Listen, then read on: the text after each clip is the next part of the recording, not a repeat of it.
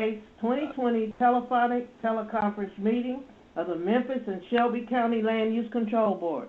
My name is Mary Sharp, and I will be serving as your chairperson today. We will begin this morning's meeting with a roll call. Mr. Whitehead, would you proceed, please? Hello? Give me about 30 seconds. I'm trying to get Lisa on the line. Okay. There it is. Okay. Did you get it? Okay.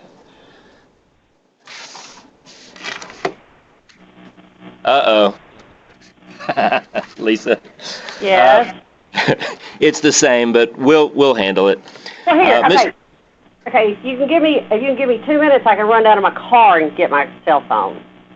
Okay. And okay. We're calling roll, so you're here. I'm here. Okay. Be right back. Thanks. Bye. Okay. Mr. Tolles. Here. Mr. Thomas. Dr. Pritchard. Here. Ms. O'Connell. Here. Mr. McKinnon. Here. Vice Chair Lyles Wallace. Here. Mr. Gill. Here. Mr. Fleming. Here. And Madam Chair. Here. You have a quorum. Thank you. Everyone should already have a copy of today's agenda for this October the 8th telephonic meeting. Anyone who wishes to be a speaker on today's agenda has his card and it is in the hands of Mr. Whitehead or his staff. When it is time for you to speak, he or his staff will call your name. We'll unmute you at the appropriate time for you to speak. Please wait about 10 seconds before speaking so you can be properly unmuted and so that we can hear all of your remarks. At this point, I would like to read our conflict of interest statement. The adopted policy of the Land Use Control Board requires that any member of the board recuse himself or herself from any participation in the discussion or voting on any matter on the meeting's agenda in which he or she may have direct or indirect personal interest. The member shall, in this teleconference, let us know verbally they are recusing themselves during deliberation on any matter from which they have recused themselves. An abstention may substitute for a recusal for the purposes of maintaining a quorum. I would now like to get an approval of our minutes from the last September 2020 Land Use Control Board meeting. Madam Chair, this is Libby. I move approval of the minutes from the previous meeting. Okay, do I have a second? Do I have a second? Second. Fleming, seconds. Okay. Any discussion? Okay, all in favor, say aye. Aye. Aye. Aye. Aye. Those opposed, nay. Motion carries. Mr. Whitehead, may I please have a secretary's report for this month and an explanation of today's procedures? Madam Chair, we have added a new agenda item on the agenda. Letter C is the director's report. So I'm going to hold still for a second so Director Zena can give his monthly report to the group. Okay. Thank you, Mr. Whitehead. Thank you, Madam Chair. Good morning, board members. It's good to speak with you this morning. Going forward, I've asked for some time on your agenda to begin bringing you routine updates on some of the planning activities that are being led by our division. These activities have increased in recent years, as you know, with the renewal of the Comprehensive Planning Department and with the preparation and adoption of the Memphis 3.0 comprehensive plans. Since you are the City and County's Planning Commission, I felt it was appropriate to begin bringing more information on these types of activities to your attention more regularly. I know we have a long agenda today, so I'm just going to share a few remarks, but over time I expect that we may be bringing a presentation on some of these activities to you from time to time. So first, I believe that Mr. Whitehead updated you last month on the City Council's approval of comprehensive zoning change along Lamar Avenue. This was the first city-initiated comprehensive zoning change that I can recall having occurred in the last few years. But on the heels of that, this past Tuesday, the City Council also heard a report from Mr. Whitehead on another proposed comprehensive zoning change for parcels on Summer Avenue in order to address a moratorium that had been imposed by the Council a few weeks ago. And in response, the City Council passed a resolution on Tuesday initiating that comprehensive zoning change process. So that means we anticipate that you will consider that proposal in December. Next item I wanted to share is that since the adoption of the Memphis 3.0 comprehensive plan by you in February of 2019 and then by City Council in December of 2019, we've had a few noteworthy updates. First, back in April, it was announced by the American Planning Association that Memphis 3.0 was selected for the Daniel Burnham Award for a comprehensive plan, which, in my opinion, is the most prestigious national recognition for a comprehensive plan. So I wanted to share that with you and publicly share my congratulations to our comprehensive planning staff, led by Administrator Ashley Cash, for that honor. And second, since the adoption of the plan, her staff, comprehensive planning staff, has been led or been a part of small area planning in areas of Raleigh, Whitehaven, the Medical District, and Binghamton. And so just to briefly explain a small area plan, as you know, the scope of the Memphis 3.0 comprehensive plan was citywide, but it also included some analysis at the planning district level. Small area planning takes the process a step below the district scale to do more specific planning at the neighborhood, corridor, or anchor level. Over time, our staff will continue this type of planning to not only focus on key areas of the city to provide more detail on land use, design, transportation, zoning, or other related considerations in those areas, but also to help refine and amend the Memphis 3.0 comprehensive plan as necessary going forward. The next small area like planning a large activity coffee, black, note it, is along a stretch of 2nd, BB King, Union, and Poplar to cover an area that we're describing as the Innovation Corridor. It's so named because of its connectivity to downtown, the Medical District, and the University of Memphis, 3 hubs of innovation, in education, entrepreneurship, research, and industry in our city. The Innovation Corridor will also soon be linked by the city's first bus rapid transit service. So the focus on this small area plan that we're doing is a transit-oriented development plan to guide recommendations on increasing density and walkability along the corridor, among other goals, particularly around key stops to leverage the new high-frequency transit service that is on the way within the next few years. And do expect that we will be bringing a full presentation on that small area plan once we get started on that in the next couple of months. Madam Chair, that concludes my report this morning, but I just want to say again, I look forward to reporting to you on a regular basis and sharing more about the work of our division. Okay, thank you very much. Now, Mr. Whitehead, we're ready for your secretary's report and explanation of today's procedures. Yes, ma'am. And just a reminder to the board members, y'all are all, we have you on default unmute. I have now, while Director Zena was talking, I went ahead and muted everyone except for the chair.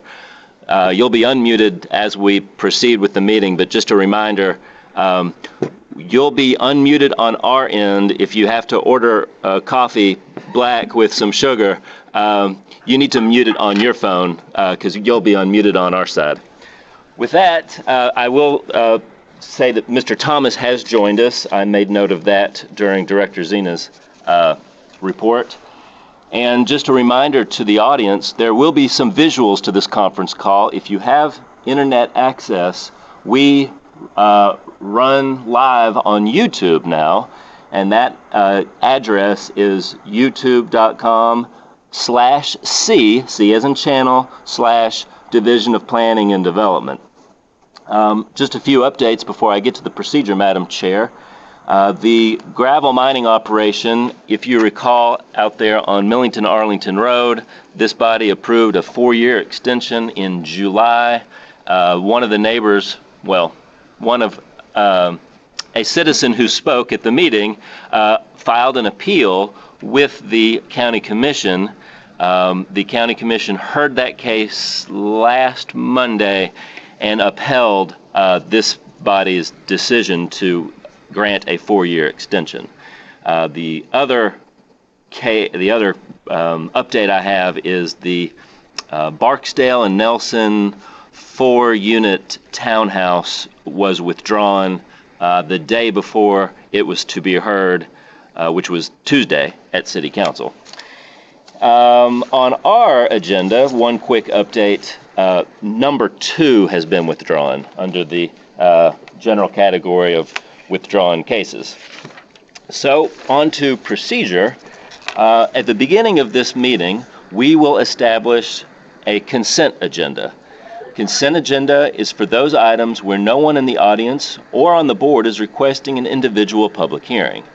After the consent agenda is established and approved, we'll move on to the regular agenda. For the regular agenda, we will have individual public hearings. We'll first hear from from staff, then followed by an applicant's presentation and testimony from anyone on his or her team, and then the supporters, followed by the opposition. Under our rules of procedure, the applicant and his or her supporters are given 10 minutes, and then the opposition is given 10 minutes. Following that, the applicant will be given a 3-minute rebuttal period. Finally, any Q&A that can occur between board members and anyone who spoke can occur, then we close the public hearing. And Madam Chair, I should point out, before a speaker relinquishes the floor, that is an additional opportunity for any board members to ask questions of that individual. So you have 2 opportunities to ask questions of any speaker. And by the way, those Q&A periods are not counted against that side in their 10-minute speaking allotment. Following all the presentations, as I mentioned, we'll close the public hearing, at which point the board will deliberate and then vote. If any board member wants to reopen the public hearing, that is possible, but a 2/3 vote is required, and we will hear from both sides an equal amount of time in such an event that the public hearing is reopened. We have a speakers list for anyone who has wished to be heard, and at this point, Madam Chair, I believe Ms. Wilbanks has our possible consent agenda items, and so I will ask Mr. Penzis if he can now unmute the board members, and we'll go to... Okay, I have one more announcement. Okay. Okay. Thank you, Mr. Whitehead. The Land Use Control Board is a supporter of community involvement, and we welcome neighborhood comments and feedback. We are very respectful of the fact that many of you have taken off work, adjusted work schedules, or adjusted your schedules, even if you are still at home, to be heard today via telephone. But we ask that your comments be made within the time frame allowed. If there are multiple speakers, please try not to be repetitive with your side's limited time. Lastly, I'd like to ask you to all silence your cell phones so as not to interrupt or disturb anyone during today's proceedings, as these can be heard if you are unmuted via this teleconference. Okay, we're ready for the consent agenda with Ms. Lisa Wilbanks. Yes, ma'am. Item number 5, case SB 20-01 in Fisherville. The requests are street dedications of 34 feet from the center line of Collierville-Arlington Road and 31 feet of right-of-way for a new cul-de-sac on the west side of Collierville-Arlington Road, plus or minus 650 feet north of Preakness Drive. Staff recommendation is approval with conditions. Item number 7, case PD 04-322 in southeast Shelby County. The request is a major modification to allow a one-story indoor self-storage facility at Berry Farms Plan Development, Third Amendment, part of Area A on the west side of Pax Cross Road, plus or minus 800 feet south of Lawrence Road. Staff recommendation is approval with conditions. Mr. Whitehead, I had on my notes that this was as amended. Is there anything you need to read in? Yes, ma'am.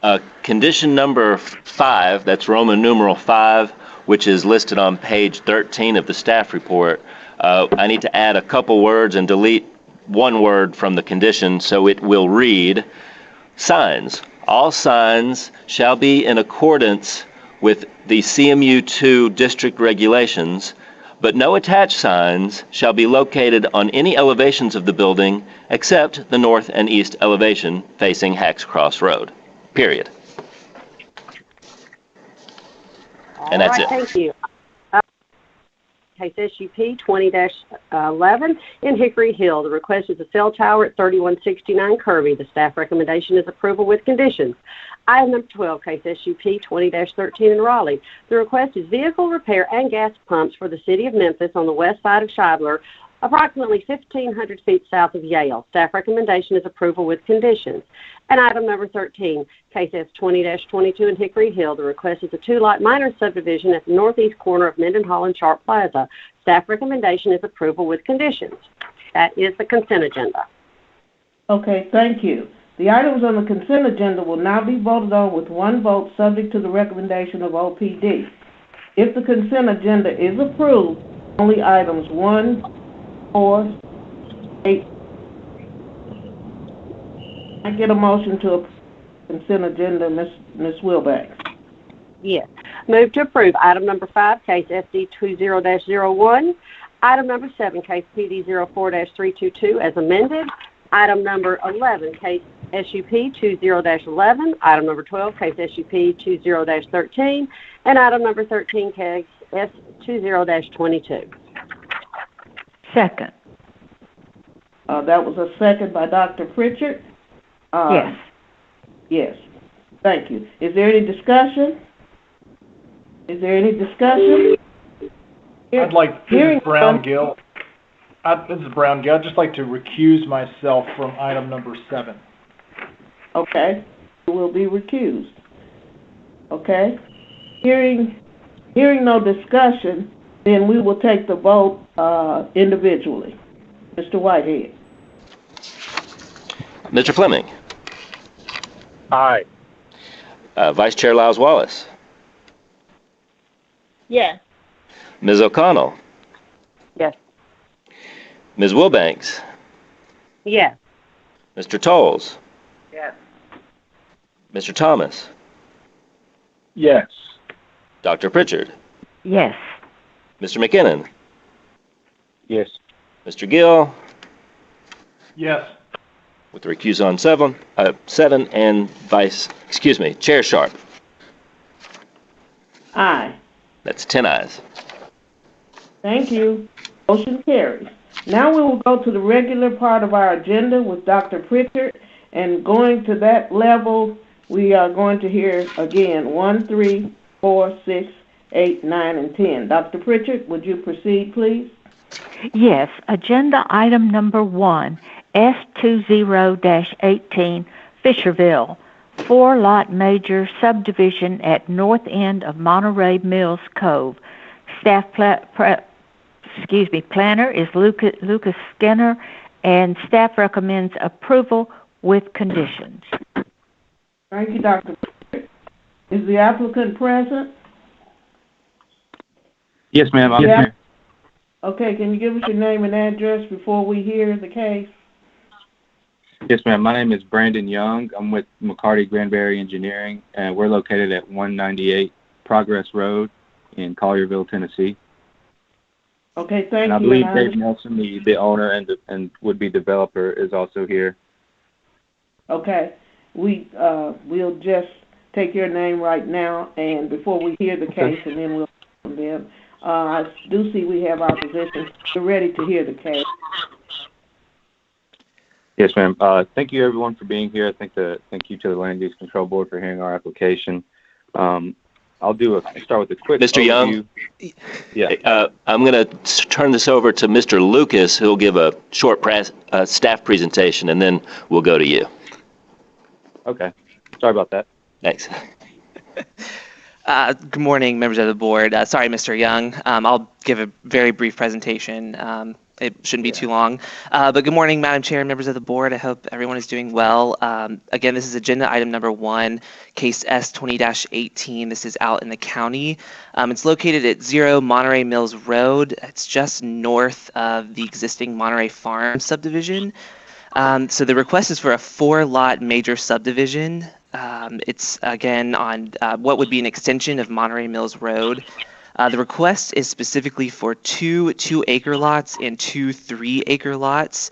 So in combination, it's about 10 acres in total. Existing zoning is conservation agriculture. There's also some conservation agriculture floodplain zoning as well to the north and to the east. All of the lots do meet the bulk regulations for the Conservation Agriculture District, according to the preliminary plan found in the staff report.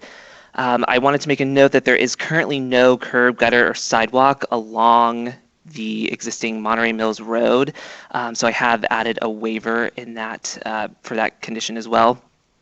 So with that being said, staff is recommending approval with conditions as well as 1 waiver.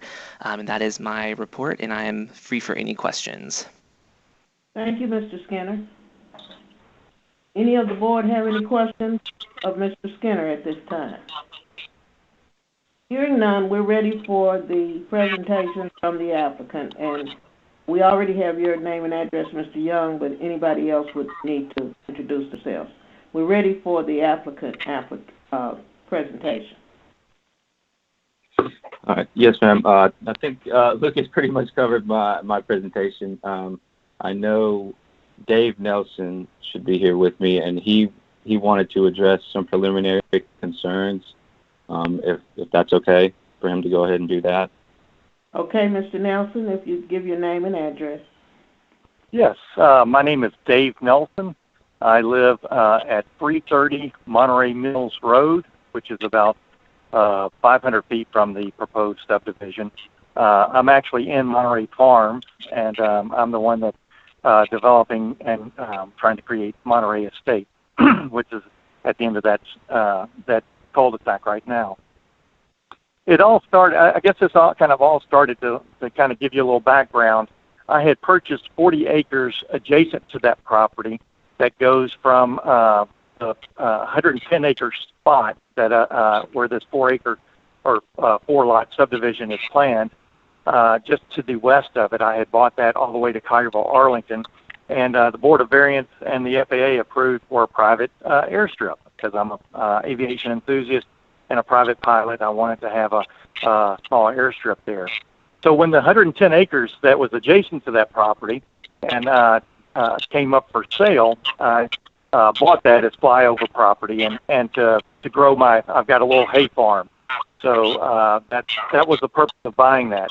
And then I recognized at the end of that of Monterey Mills Road, there are probably 4 potential home sites that could be built out there. So that's why I moved ahead with the subdivision. One of the things that I wanted to, I've heard as an objection, and I just want to put that to bed, is my neighbors in Monterey Farms were concerned that heavy construction equipment was going to be going through our subdivision, which is a public road, to create this subdivision. We're talking track hose, bulldozers, compactors, rock trucks, things of that nature. Well, I hope I'll put the fear to rest on that because since I own the property that ties into Collierville, Arlington, all that equipment has been coming through to build out the airfield on the adjacent property and will be used as the egress for that heavy equipment to construct the subdivision, to do the grading necessary to put the roads in and utilities, whatnot. So that will keep that heavy traffic off of the Monterey Farm public roads there. So that's, Madam Chair, that's why Brandon and I are here today to answer any questions you might have about that about this 4-lot subdivision at the end of that road. Okay, thank you very much. Board members, do you have any questions of Mr. Nelson or Mr. Young at this time? Hearing none, we're ready for the opposition. Yes, ma'am. Amber McGorry is our first speaker in opposition. Okay, Ms. McCrory, if you give your name and address and your station.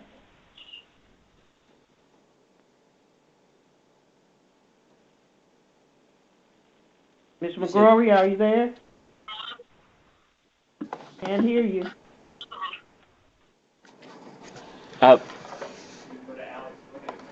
We'll go to Alex Williams, but if Ms. McGrory could call back, maybe it's just a bad connection. I can barely hear her, so it is a connection. It's just a bad one. So, Mr. Penzas is the next person. Okay. Mr. Alex Williams, you're on. Okay, Mr. Williams, name and address. Madam Speaker, may I request that we move to Dave Chenault as the first speaker? Okay. Mr. Chenault, would you give your name and address, please? One moment.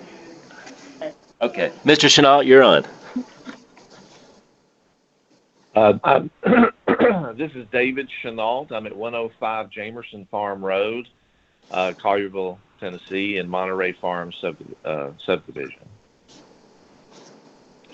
I'm the treasurer on the board for Monterey Farms Association, a 63-lot subdivision, which would really be the immediate neighbor of the proposed subdivision. Our board met this week and unanimously voted to reject this proposed development. We really wish that David Nelson had approached our board when he first purchased the land and discussed some of our various concerns. Basically, we just found out about this when we got the OPD letters, a few weeks back. However, David Nelson wants to create his own HOA covenants and bylaws. He doesn't want to come under Monterey Farms HOA covenants and bylaws. That's not acceptable to us. His covenants and bylaws would allow for the construction of much smaller homes than our covenants would allow, affecting our home values negatively with lower comps. He's wanting to use our entrance and common areas and the roads without paying HOA dues for its maintenance and upkeep. Now, he did say that the construction traffic would not come through our neighborhood. Well, he has a gate and a gravel road going to his subdivision. We would hope that you would reject the proposal in its entirety, but if you do decide to approve this development, we would strongly request that you require him to pave that gravel road from Collierville-Arlington Road to his subdivision to provide proper access to his subdivision so that in the future all the traffic wouldn't come through our neighborhood. We don't want to become a major thoroughfare. We are currently planning to privatize our subdivision and request an entrance gate be put up and pay for our own road. At that point, he'd have no access to our private roads. So that is something that's very, very important to us. With his homeowners association having their own HOA and covenants, basically, we're not going to have a say in any of their decisions. But what they could decide, they may decide to develop 30 more lots back there or 50 or who knows. We could have a huge amount of traffic coming through our neighborhood or other unintended consequences based on their decisions. So, our main objection is, if they want to be separate, then make them be separate and have their own access road, their own entrance, and we're going to be planning to block off access as we privatize our roads and put up entrance gates. We just feel like if he's going to let the construction traffic go on the gravel road, why wouldn't he just pave it and make it hit the entrance to his HOA? So as a taxpayer and property owner of Shelby County, representing all 63 most of the 63 lot owners in our subdivision, we would ask that you reject this proposal, or at least if you do approve it, we strongly suggest that if it's going to be separate, let it be separate and have its own access road to it. So thank you very much. Okay, thank you. We're ready for our next speaker. Opposition? I believe Mr. Williams is next. Madam Speaker, maybe we move to Raymond Valier, please. Okay. Mr. Valier, would you please give us your name and address? Madam Chair, we can try to accommodate this order, but it is going to require additional time so we can locate these callers. His name was Mr. Valier.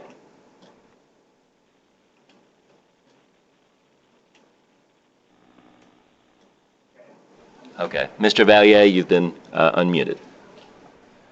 My name is Raymond Valier. I'm at 259 North Monterey Farm Cove, Collierville, Tennessee 38017. Also, I'm a member of the board of the Monterey Farm Association. I just heard about this new subdivision about 2 or 3 weeks ago.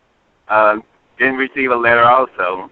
I would have liked if Mr. Nelson would have came to us and told us what he plans on doing instead of we hearing it in a board meeting.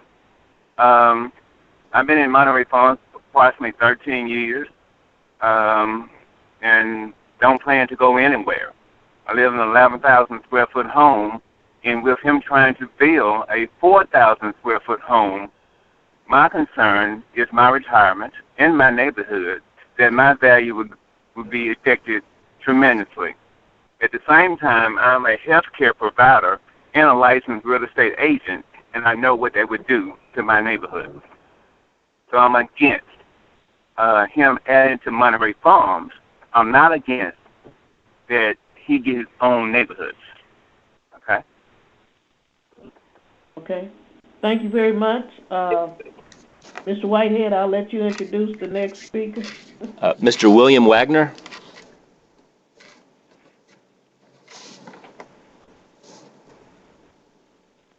Mr. Wagner. Good morning, Madam Chair and board members. I live at 170 Jamerson Farm Road, and name is Bill Wagner, and I'm speaking against this development. Monterey Estates, it's my understanding, wishes to have their own HOA and covenants, and as such, they should be allowed to do so, but they should also, since they are having direct access to Collierville, Arlington, Blacktop, that should be the road that they use for this development. We are in the process of becoming a gated community, and when we do, Monterey Mills Road will no longer be available to those 4 proposed lots. It would be very unfair to anyone buying that property or developing a home there to find out that they no longer have an access road to their property. So since there is one that Dave Nelson owns and is already adjacent to this property, we urge that you, if you do consent to this development, that be added as an amendment and that he have his own road since he wants to be separate from Monterey Farms. Thank you. Thank you. Do we have any more in opposition? Let's try Ms. McGrory again. Okay. Ms. McGrory? Hi, this is Amber. This is Amber McGrory at 227 Jamerson Farm Road. I am in opposition to this development as well, mainly because of everything that the other speakers have said. I think there is already a very well-advertised point of entry on 205, and if the subdivision is approved, that entry can be used as it is advertised today. I would also point out that this subdivision, although we have had it legally reviewed, was interestingly struck out. The HOA was interestingly struck out in the first transfer, and I find that a little bit interesting from the perspective that we were not involved and should have been in the same situation that a home in the current HOA would have been transferred to an additional owner or a new owner. I just feel like if the covenants cannot be followed as they are laid out today, then this subdivision should be separate with a separate entrance. Thank you. Thank you. Is there any more opposition, Mr. Whitehead? Yes, ma'am. Mr. Alex Williams.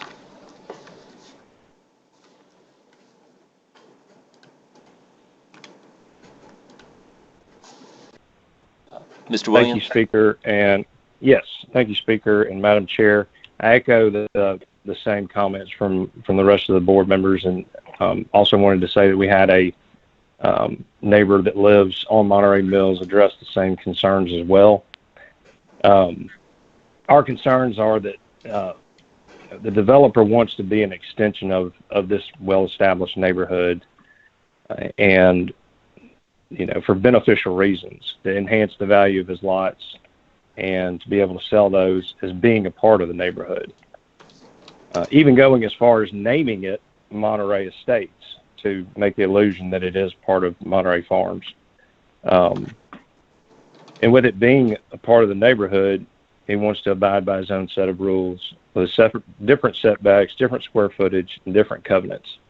So we're opposed to this subdivision due to the fact that it's not actually part of our subdivision and not abiding by the same rules and covenants that we currently hold. Madam Chair, the Thank you. opposition has 30 seconds remaining. Thank you. Go ahead. All right, sir. we relinquish the rest of our time. Okay. Thank you. Okay, board members, do we have any questions of the opposition at this time? Any board members have any questions of the opposition? Okay, hearing none, we're ready for the 3-minute rebuttal from the applicant. I'll take that. This is Dave Nelson. First of all, I'm in Monterey Farms. I've been there for 20 years. I'm a member of the HOA for Monterey Farms HOA. Also, so I've got a vested interest in making sure that this doesn't impede the value of the Monterey Farms subdivision. Also, the gravel road, just to put that to bed, that was done before I bought the property. It was done by TVA, so they could gain access to their power lines, which are at the far north end of my property. The private gated community they're proposing, this has come up 3 or 4 times during my 20 years that I've been in that HOA, and it's always been voted down once they do the due diligence on that. So I understand the talk on that, but that's where that is.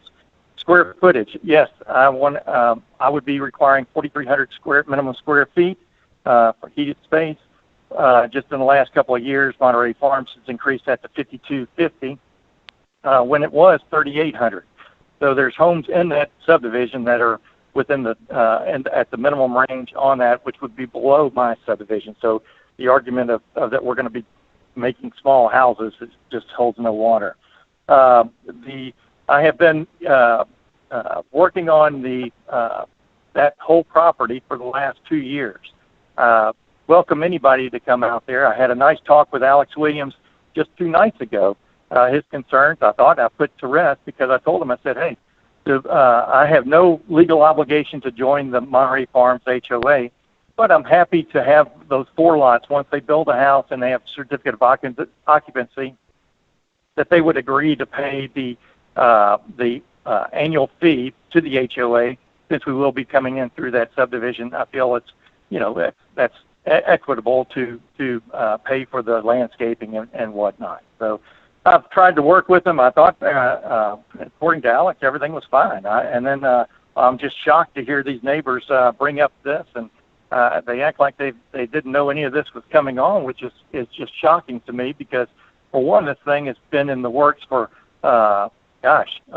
several months. It was on the agenda in September, notified in August, but still, I mean, our neighborhood has seen me going in and out of the subdivision on my, or into that area on my ATV, and if they had any questions or concerns, I've been happy to talk to them. Okay. Thank you. Board members, do you have any questions of the applicant and or the opposition at this time? Hearing none, I'm ready to close the public portion of our meeting. Dr. Pritchard? Move approval of agenda item number 1, S20-18. Second. It has been moved and seconded. Is there any discussion? Is there any discussion amongst our board members? Hearing none, we're ready to take an individual vote. Mr. Whitehead. Mr. Fleming. Yes. Mr. Gill. Yes. Mr. McKinnon. Yes. Ms. O'Connell. Yes. Dr. Pritchard. Yes. Mr. Thomas. No. Mr. Tolles. Yes. Ms. Wilbanks. Yes. Vice Chair Lowes Wallace. Yes. And Chair Sharp. Yes, but I like the Dr. Sharp better. That's 9 ayes and 1 nay. Okay, thank you. Dr. Pritchard, we're ready for the next. All right, agenda item number 3. As you recall, agenda item number 2 was withdrawn. Agenda item number 3, PD 20-08, South Memphis, a convenience store with gas cells at the southeast corner of Norris and Hernando Roads. Staff recommendation is rejection. Okay, thank you, Dr. Pritchard. Is the applicant present? If so, could you give us your name and address? Yes, Madam Chairman. John Benke, 1164 Brookfield, Memphis. Okay, thank you very much. All right, there is opposition, so we will hear the case. All right, am I unmuted? Yes, sir. Okay, good morning, members of the board, members of the public, and also members of the University of Memphis Land Use Planning class, who I understand are in virtual attendance this morning. Today we're going to talk about case number PD 20-8. This was held for 1 month by the board last month. The application is for a convenience store with gas pumps. Next slide, please.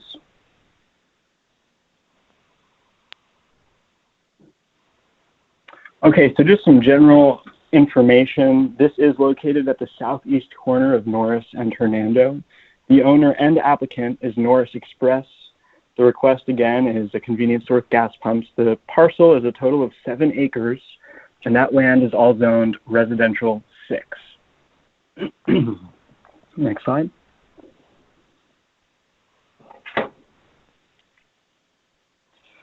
So here's where we're looking at in South Memphis, just north of the loop.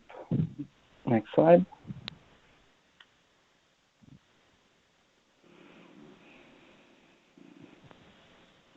And here is our parcel. So it was recently a Shelby County school that has now been demolished. We're at the southeast corner of Norris Road and Hernando Road. And I'll point out to you that this is not an interchange. It is just east of 240, but the interstate does not have access to Norris Road. There's a bridge that goes over the interstate. It is currently vacant, mostly grassy land. Next slide.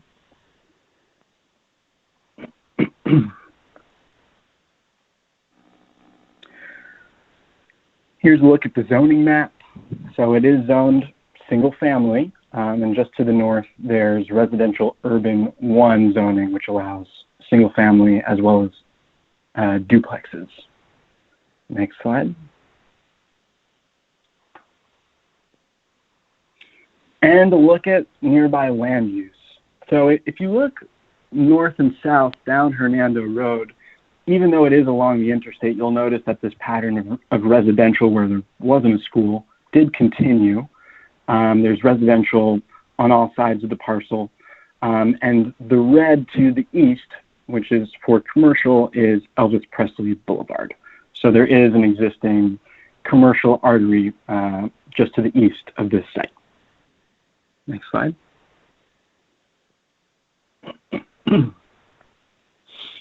Here's a photograph of the site. You can see the houses on the other side. Next slide. And the site plan. So this application was submitted, a very similar application, I should say, was submitted 2 years ago. This is just the northwest corner of the site.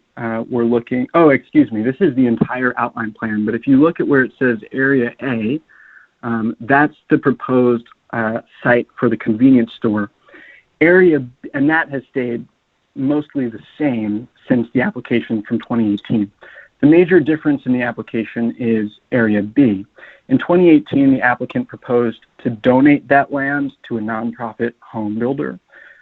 Today, the proposal is to sell that land to a developer of a church. We're not focusing on Area B because, like a school, a church is permitted by right in single-family zoning.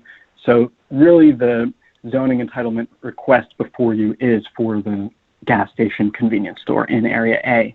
I think on the next slide we'll see a more detailed image of that site plan. So here is the site plan for the convenience store on that corner. Okay, next slide, please.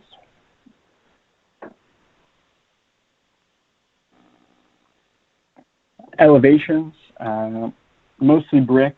There is an ephes cornice being shown, although the recommended conditions, if approved, would require full masonry construction on all facades. Next slide, please.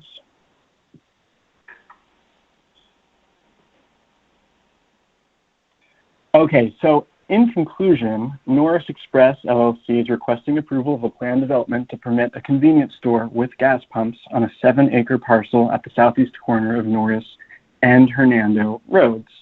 This parcel is vacant and most recently housed a school. For some history, in 2018, Mr. Aman Devji, please excuse any mispronunciation, who I believe is the primary member of Norris Express, applied for a substantially similar planned development at this location. What happened? Well, he took it to the Land Use Control Board. Both OPD and the Land Use Control Board recommended rejection of that application, and there was significant neighborhood opposition. So in the face of that, the application was withdrawn. Interestingly, subsequent to that withdrawal, Norris Express bought the parcel from Shelby County Schools. So at the time of the application in 2018, it was still owned by the school system. Today, it is owned by the applicant. Staff finds that an automobile-oriented business is incompatible with adjacent residential land uses and zoning districts. We find that the request is inconsistent with the Memphis 3.0 general plan, which designates this area as a single-family anchor neighborhood. Memphis 3.0 calls for the stabilization of this community, support for its community assets, and protection of its existing affordable housing. And I'll also point out that in addition to residential rationale, we also want to take care of the commercial along Elvis Presley and make sure that is intensified to an appropriate degree.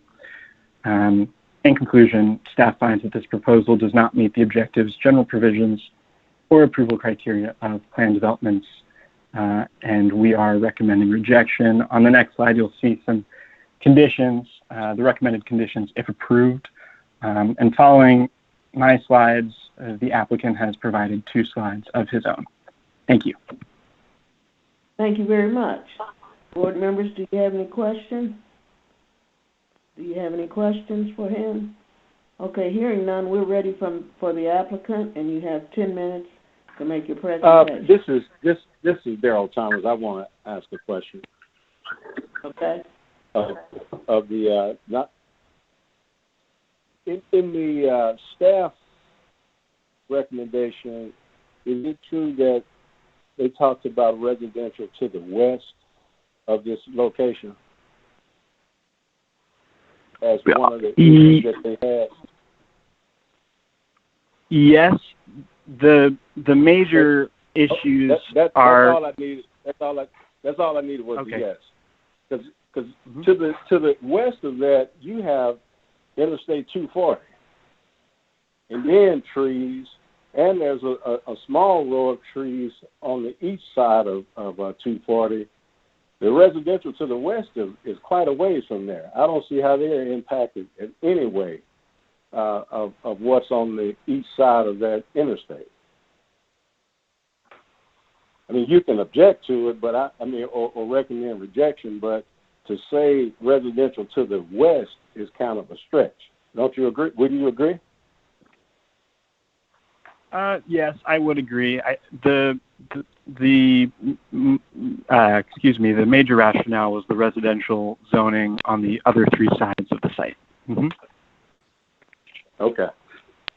All right. Thank you. We're ready for the applicant. You have 10 minutes. Thank you, Madam Chairwoman.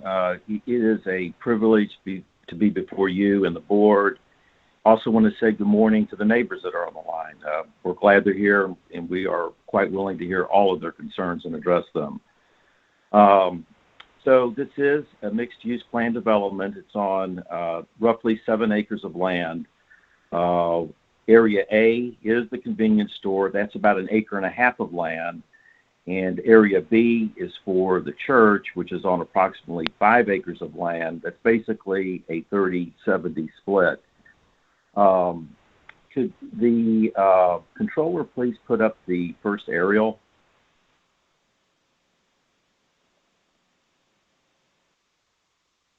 And while that's coming, Madam Chair and the board, for Area B, we have an executed contract in place contingent on zoning approval. And we placed a copy of this in the application so that you guys knew that was in place and to provide full transparency to you and the neighbors. I'll be speaking to this aerial in just a moment, just some baseline items. And staff is correct. The convenience store design is substantially unchanged from our original application. But we will have 2 retail bays again. However, one of these will be reserved for a community healthcare clinic. This is in part to address some of the concerns of the neighbors, but also an overall observation that this might be a good fit for the whole 38106 area. And we have met with Director Marilyn Burgess and almost her entire staff of Memphis Healthcare Services, and we do have a mutual intent to move forward on this pending zoning approval. Some other quick highlights. The exterior brick will be in 3-tone earth colors, including the canopy columns. The substantial amount of lighting, but that will be contained on the site and on the property. Security cameras, the requisite landscaping and fencing. If you choose to approve this today, we will comply with UDC 696 and 263J. Just to clarify one piece of misinformation that seems to keep floating around, this is not a truck stop, will never be a truck stop, and the design was an intentional so that there are no room for trucks, there are no truck services, there are no truck products. It is a convenience store with 2 retail bays. That's it. So if the board will look at the first aerial, 2 things. I wanted you to see that the other 3 quote-unquote corners cannot be developed. So this isn't setting a trend for the future.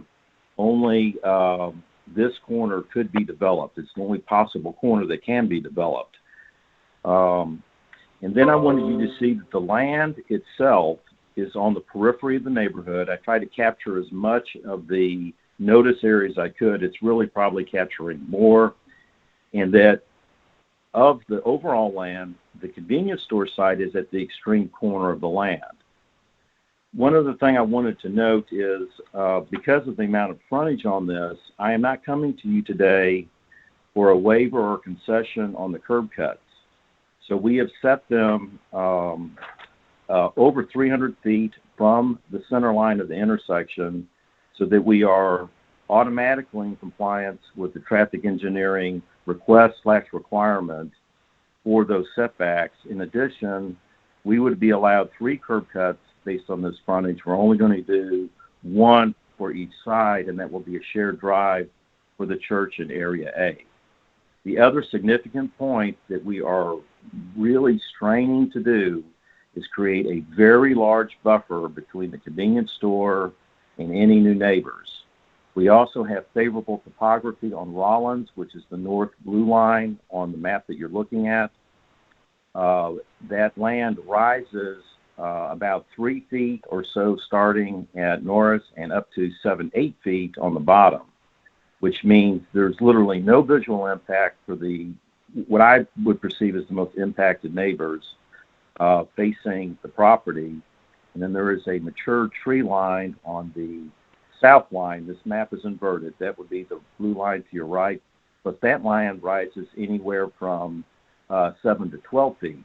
So that helps with the visual impact for anybody on Gasco. Madam Chairman, at this time I want to yield some time to Pastor Freddie Thomas to speak to Area B. Good morning, Madam Chairman, and to the board. I'm very, very grateful that you all allow us the opportunity to be here. My name is Freddie Thomas. My name is Freddie Thomas. Yes, ma'am. My name is Freddie Thomas. I live at 579 Shelby Drive West. My church is located at 1519 South Lauderdale in 3106 area. And our church is located about 3 minutes from Hernando and Norris Road, where we're talking about moving our church to. At the Lauderdale Street address, we've been there for about 27 years. And when I arrived there at our current church address, I need not tell you how drug infested and crime ridden the area was, but it was our conscious decision. When I say our conscious decision, my wife, my children, and some of our congregants to stay there and do what we felt we could to change the neighborhood. And we have stayed there, planted there 27 years. And from then until now, there's been quite a significant change to our immediate surroundings because we have felt a need to stay and to provide services for the indigents in the community and do what we could, what we felt like we could, to rid the area of crime and drugs and that type of thing. And we're grateful that we've seen such a great turnaround. Now, because of a need for a larger facility, I also serve as the president of the Association of Independent Holiness Churches, which is a body that's about 10 years old. We have several churches here in the city, some outside of the city. And but because of our need for a large facility for our local church and a more accommodating facility, I started looking for a place to move our church, and I've spotted several areas. I've been out east as far as Eads. I've been I've been several places. But it was my desire to stay in South Memphis, where most of my constituents and church members are. And as we came upon this particular property, I talked with Mr. DJ, and he gave me some very desirable terms, and we agreed to, and I agreed to move forward with it. My goal is to build a new church campus there that will consist not only of our new church, but a family life center, our college education building, and hopefully, as we continue to grow, a senior citizens facility that we hope will not only address the needs of our aging congregation, but may be able to be used as a venue by those in the community. And our campus will be adjacent to the convenience store and the gas pumps. But when I say adjacent, I don't want you to think it's butting right next to it. Our church building is going to be set back off of Norris Road, about close to 500 feet, a little less, and so it's going to be quite a distance away from the convenience store. And our college educational building will actually be on the Rollins Street side, facing Hernando. The back of the building will be toward the residential area, so there will not be a lot of traffic or any traffic on Rollins Street for individuals trying to access the college educational building. And I'm very excited about the opportunity to bring our congregation there. We're not looking to come there to do any proselytizing, trying to change the character or nature of the community. We have a very well-established congregation, and we will be bringing our congregation there to this location. And I'm excited about the possibility of the free medical clinic that I myself have a medical history background, and I think with the Madam church Chair, there. The applicant has 30 seconds remaining. Thank you. And with And with the church there and the free medical facility there, not drawing any financial obligation from the community, I just feel like it's a win-win. Thank you so much. And thank you. Board members, do we have any questions of the applicants at this time? Hearing no questions, then we're ready for the presentation from the opposition. Yes, ma'am. This is Josh Whitehead. I am going to, it is our tradition to read into the record any commentary we have from our elected officials, and we did indeed get a memorandum from Chairman Eddie Jones, Jr., Chairman of the Shelby County Board of Commissioners. And it reads, Dear board members, in 2018, Norris Express LLC submitted an application for their proposed project to build a convenience store with gas pumps in a residentially zoned area located at the southeast corner of Norris and Hernando.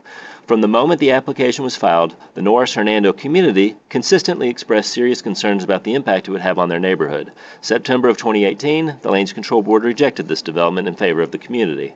I was notified that the same applicant, Norris Express LLC, has submitted another application with the exact request to build a convenience store with gas pumps in a residentially zoned area. The current docket number is 2008. The PD 2008. The Norris-Hernando community has again expressed valid concerns regarding the impact that this would have on their community. I cannot support this, and I strongly urge the Land Use Control Board to hear the concerns of the community at the meeting scheduled for Thursday, October 8th, 2020. Signed, sincerely, Eddie S. Jones, Jr. With that, Madam Chair, our first speaker in opposition is Mr. David Payne. Mr. Payne, you're on the line. Yes, good morning. My name is David Payne. Good morning, Madam Chair and the board members. My name is David Payne. I reside at 1217 Alsea Road. And on behalf of 60.1 Neighborhood Association and all the residents and the supporting Neighborhood Association, we oppose this application, PD 20-08, in its entirety. This application, it does not meet code or it's consistent with the Memphis 3.0 comprehensive plan. The community has concerns and agreed that the infrastructure of the highway on and off ramp will cause great safety hazard, traffic jams, cold, noise pollution within this residential community.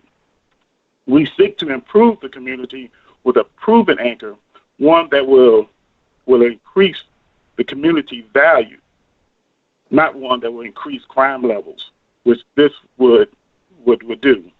As reported in the 2018 Land Use Control Board staff report, it recommended rejection. And it also reported an automotive-oriented business is incompatible with adjacent residential land uses and zoning district. So we oppose this application just as our parents did 30 years ago, 60.1 Ward Civic Club. We stand on their shoulders to help prevent the destruction of one of our most valued assets, and that's our community. we want walkable neighborhoods, community parks, senior citizen neighborhood, and neighborhood schools. But having a congested traffic, noise pollution with this project, this will only harm our community. And again, with 60.1 Association and surrounding neighborhood association, we all stand together firmly in opposing application PD 20-08. We voted no in 2018, and we stand firmly in 2020. I yield back to my time. Thank you. Mr. Whitehead? Our next speaker is Ibrahim Morshed. Mr. Morshed, you're on. Yes, good morning, the board. My name is Ibrahim Morshed. I live at 1278 Norris. This place is going to be, our neighborhood is pretty quiet, and we don't want no more traffic, no more. A lot of stuff is going to be changed. If there is a convenience store, there's going to be a lot of stuff. There's going to be a lot of traffic going through the expressway. It's just too much. And thank you. Thank you. Thank you. Mr. Whitehead, this is Toad. Yes. I need to switch phones. Could you unmute 901-493-3087? Did you hear that? Yes, sir. Okay, thank you. Okay, our next opposition. Dr. Yvonne Nelson.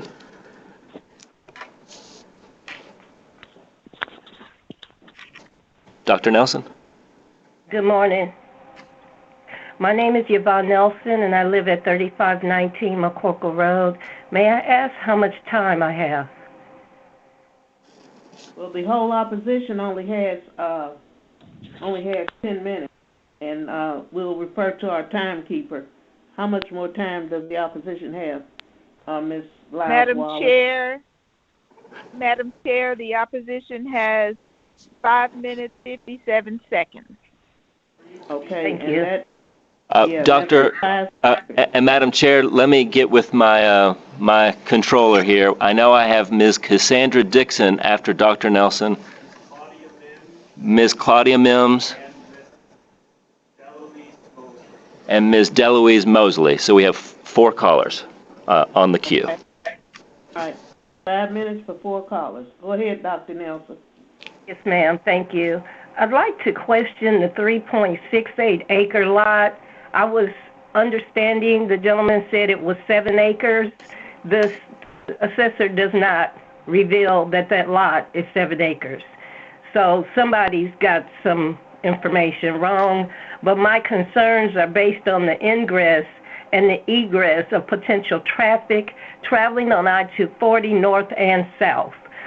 When you are on I-240 south, headed towards downtown, there are 2 lanes of traffic that merges with the traffic coming from I-55 south.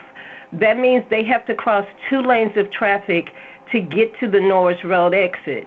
They're not just going to be residential people visiting that location, and access to it is going to be extremely difficult with that much traffic on I-240 at the speed that it travels, going north and or south. Both intersections are not suitable for that type of convenience store at that location. I don't believe that the in-ramp is any better because the traffic is shielded by a brick wall, and there's a small amount of space to get back into traffic on I-240 headed north. That is not going to be a good location for that. I understand that the community is concerned. I am too, and I want to thank you for considering the traffic flow in your denial. It doesn't meet 3.0. It doesn't meet the community's concerns, and it does not meet mine either. Thank you. Thank you. Ms. Cassandra Dixon.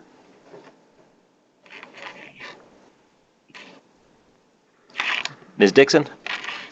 Yes, this is Cassandra Dixon. My address is 1083 Ansdale. I wanted to state that we already have in our community 6 churches on Norris Road. We already have 3 convenience stores. We already have, 4 convenience stores, and we already have 3 gas stations. Mr. Binky and the Spire Enterprise, they have been adamant. They have shoved this proposal, this application down our throat. It has taken them almost 3 years. We as a community, we take pride in our community. We do not want our property value to decrease. As you know, this is low-income housing, basically, and with a gas station and convenience store and a clinic and a church and a college, look at all that amount of people coming to one little area, 3106 at the corner of Hernando and Norris Road. I went to, as a community, with several of us that went to the environmental maintenance engineer office off of Airways Road, and they stated that the visibility is so bad at Hernando Road, the road, Hernando Road, and Rollins Street is so narrow that you, no matter how they cut the sidewalks up, there's just not enough room. They are saturating our neighborhood with gas station, gas fumes. You're just trying to put all these buildings in one little piece of land that is like 6 acres. The building engineer at the environmental maintenance engineer stated that the intersection is just too dangerous.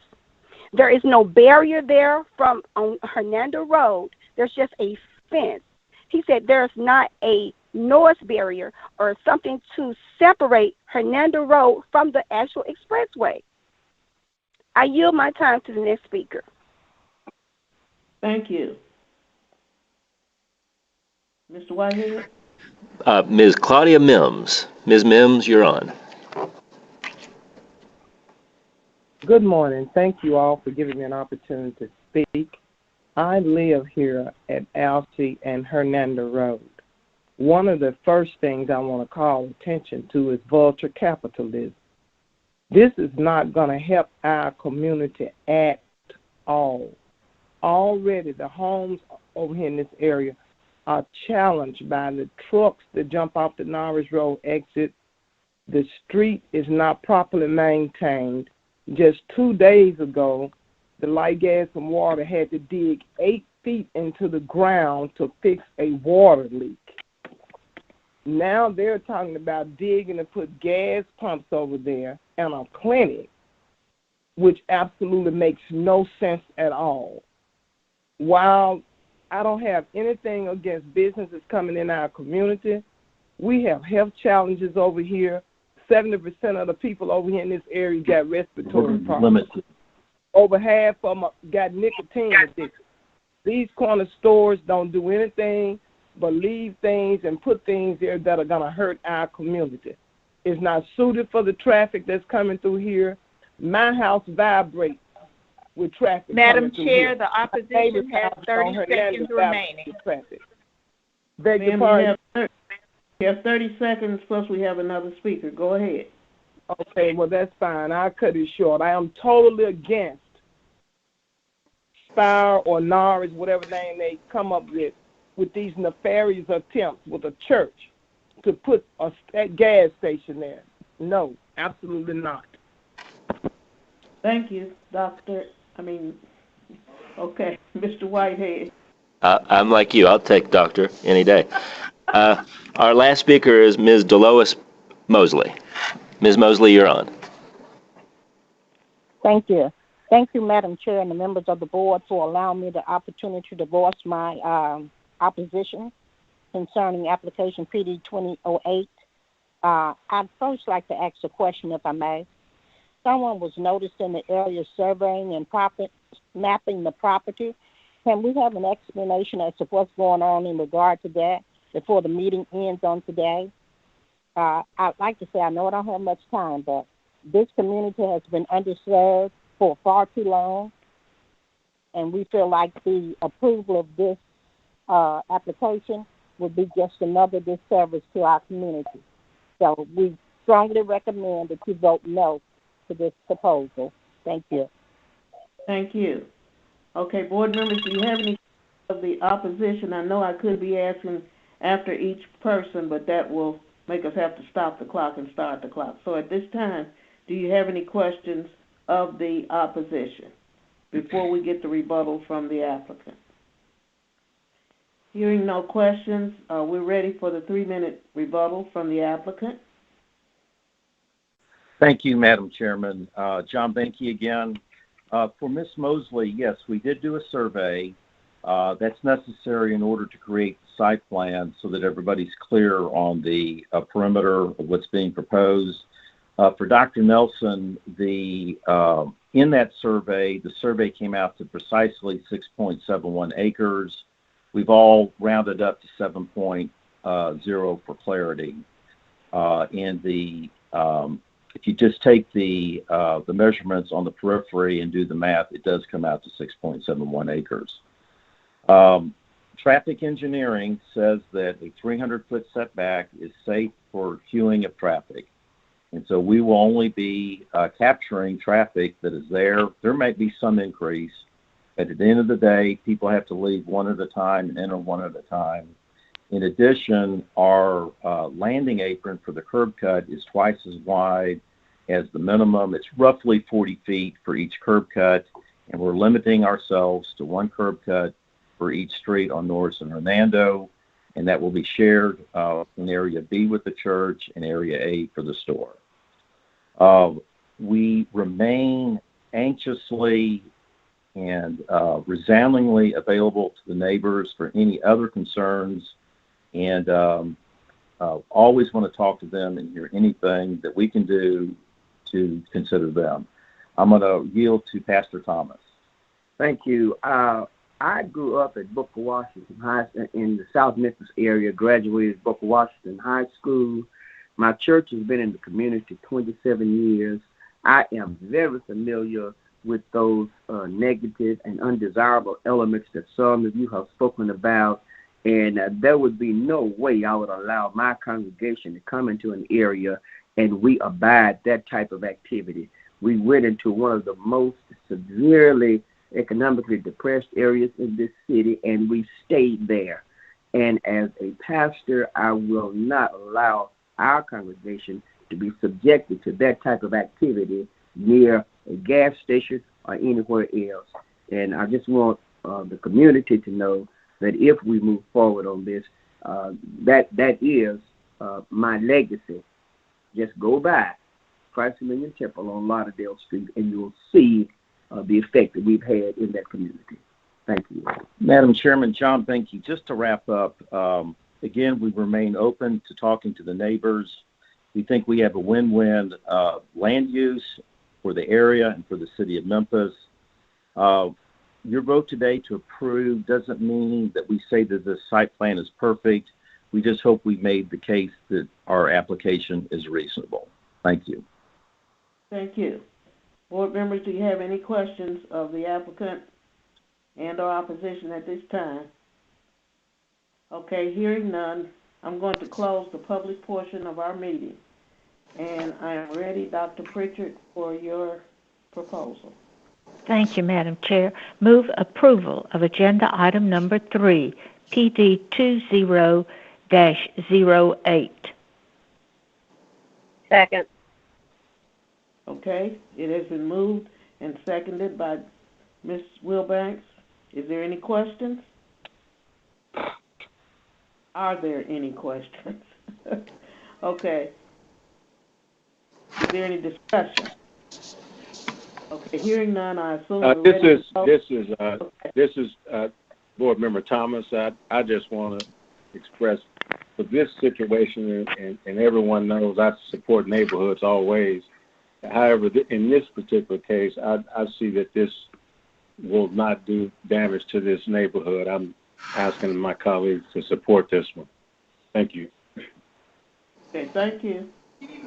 All right. If there's no more discussion, We do have a motion and a second in place. I assume we're ready to vote individually. Yes, ma'am. Mr. Fleming. Yes. Vice Chair Lyles Wallace. Yes. Ms. O'Connell. No. Mr. McKinnon. No. Mr. Thomas. Yes. Ms. Wilbanks. No. Mr. Tolles. Yes. Dr. Pritchard. No. And Mr. Gill. Yes. And Chair Sharp. No. That's 5 aye, 5 nay. A tie vote fails. Okay. Thank you.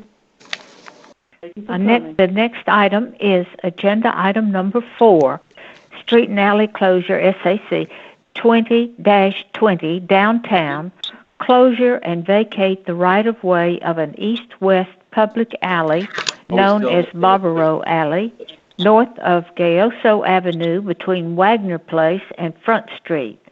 Staff recommendation is approval with conditions. Okay. Thank you, Dr. Pritchard. Is the applicant present? Yes, Madam Chairman, Michael Fay, the Prime Development Group, 7520 Capitol Drive, Germantown, Tennessee. Thank you. So I see that we do have opposition, so we will hear the case. Well, Madam Chair, our speaker has not called in yet, so we're at the ready for a staff presentation, but if the board doesn't wish to see one or hear one, we can just go straight to the discussion. Okay, what is the honor of the board members? Do you want to hear a staff report? All in favor of a staff report, say aye.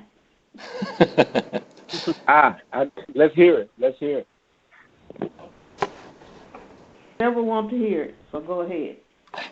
Okay, Madam Chair. Mr. Penzis is controlling the situation, so I'm going to do this presentation. This is an alley.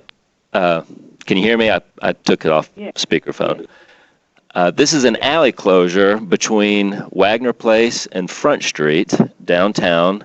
If you're familiar where the butcher shop used to be, and it's being renovated into condominiums, this is on the immediate south side of that building. Next slide.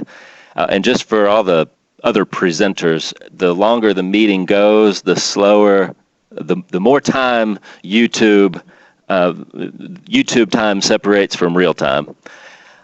Here again is our location. It's that block just north of Gayoso and south of Union, right in the smack middle. Next slide. This alley, just like any alley closure, will involve splitting the ownership half to the north and half to the south. We have our zoning map on the left, the CBD zoning district. Next slide. And on the right, a land use map currently showing both sides as commercial, but that's subject to change. As I mentioned, the building on the right here is being renovated into condominiums. Next slide, please. If there, hey, Josh. Yes, yes, sir. This is Daryl Thomas. I just realized where that is. Show me recused from this item. Oh, okay. Okay, thank you. Yes, sir, Mr. Thomas recused.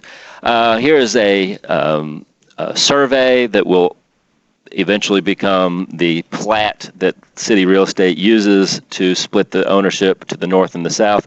The one concern, if there would be any concern of this closure, would be pedestrian access.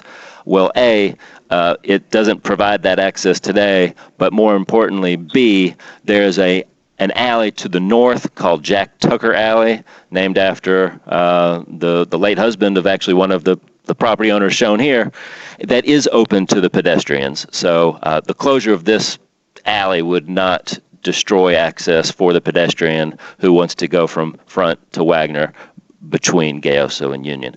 With that, Madam Chair, we recommend approval with conditions. Okay, thank you very much. Board members, you have any questions for Mr. Whitehead at this time? Okay, did the opposition show up yet, Mr. Hannah Butcher or Miss Hannah Butcher? Did Butcher show up? No, ma'am. If they did not show up, then we don't have any opposition. And Correct. I'm ready for applicant. If you want to make a presentation or if you are in agreement with the staff's conditions and recommendations. Madam Chairman, we are in complete agreement with staff, and I believe Mr. Whitehead has covered all the pertinent issues. Thank you. Okay, thank you. Okay. Hearing no further presentation, I'm ready for Dr. Pritchard. Move approval of agenda item number 4, SAC 20-20. Second. I hear a second. Who gave that second? Lisa. Okay. We have a second from Lisa. We have a motion on the table. Is there any discussion? Is there any discussion? Okay, hearing none, I assume we're the Whitehead individual. Mr. Gill. Yes. Dr. Pritchard. Yes. Ms. Wilbanks. Yes. Mr. Fleming. Yes. Mr. Tolles. Yes. Ms. O'Connell. Yes. Mr. McKinnon. Yes.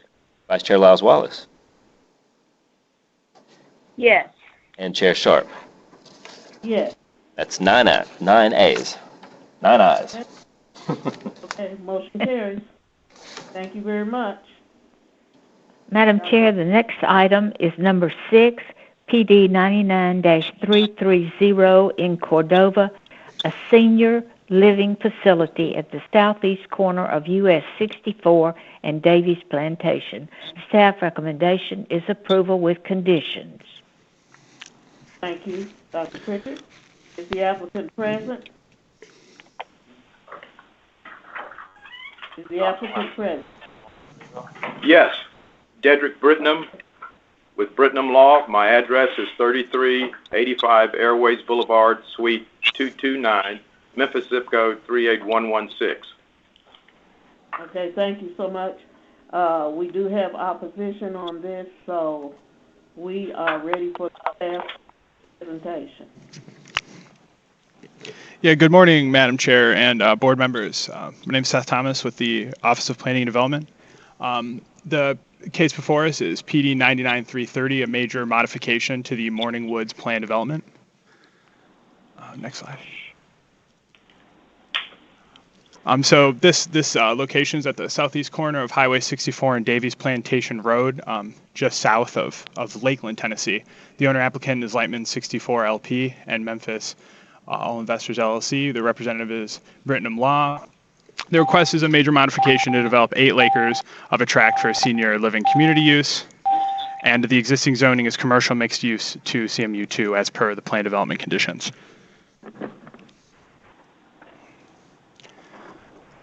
Here we see just the location way out Highway 64.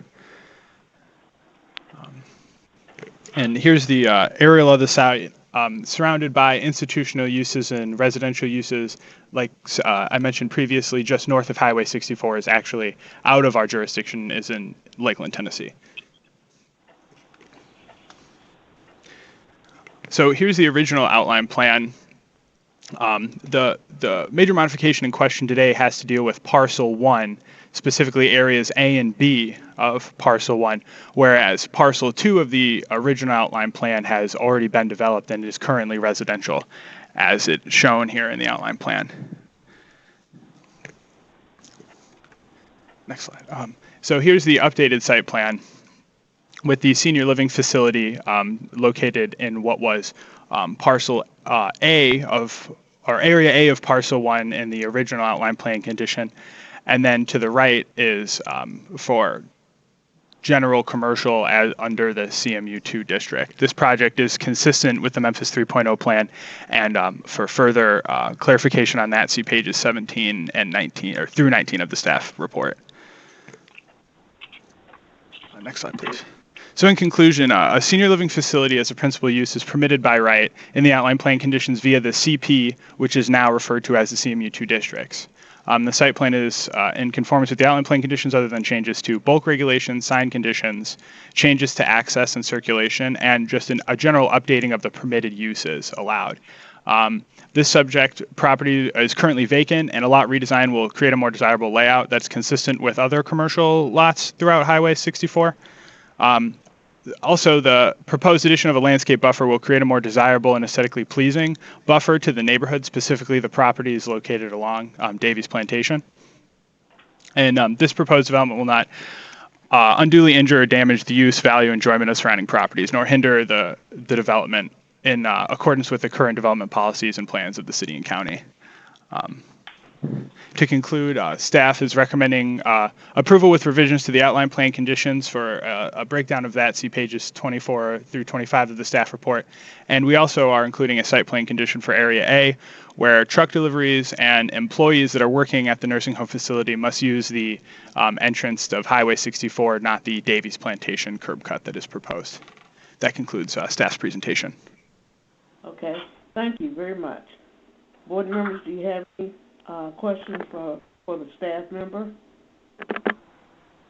Okay, hearing none, I see that we have 4 applicants listed, so we're ready to hear from the applicant as well as the support in the next 10 minutes. So, Mr. Whitehead, thank you. Next. Thank you, Madam Chair. Yeah. Go ahead. I was just going to hand the floor over to you, Mr. Britnum. Okay, thank you, Mr. Whitehead. Dedrick Britnum again. I gave my address earlier. Do you have our slideshow prepared and ready to show, Mr. Thomas? Yes. Thank you very much. I believe it's up now. Thank you very much. This is Harmony at Morning Woods. This is a major modification for independent living and assisted living community with memory care. This will be a state-of-the-art facility. Now, what I'd like to do is introduce the development team, and the applicants are Smith Packard. Next slide, please. The applicant representatives are Smith Packard are Wynn Bishop, Senior Vice President of Development and Construction, Mr. Justin Newman, Senior Development Manager. With the Reeves firm is Harvey Markham and Greg Bartlett and Jim Shepard. Representing the developer and the applicant is Michael Lightman Realty Company, Michael Lightman Jr.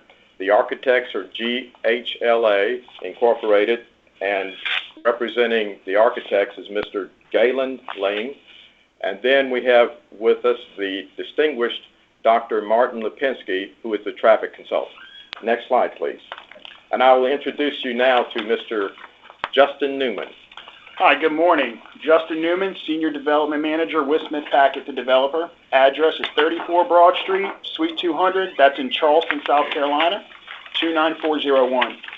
Very excited to talk briefly about our proposed project, Harmony at Morning Woods. As Dedrick and Mr. Thomas alluded to, it is a independent living and assisted living community with memory care, with our assisted living and memory care units being licensed by the state of Tennessee.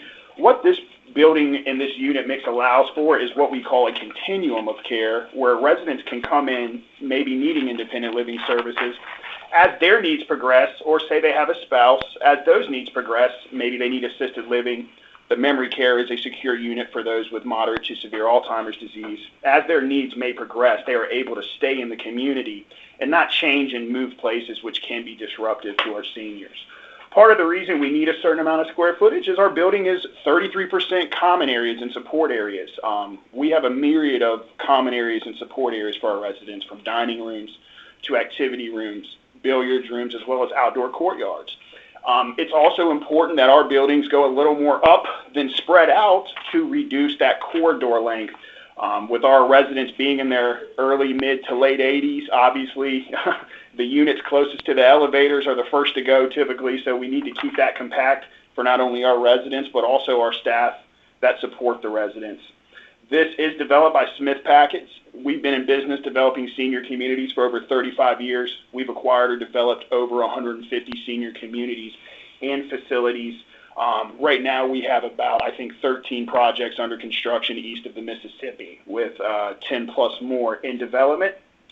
To answer a bit of the question about why here, why Memphis in this site, we have an internal team of analysts that look at a number of factors and identify a strong need in Memphis, in this area of Memphis, that is also confirmed by an outside third-party market analysis. Next slide, please.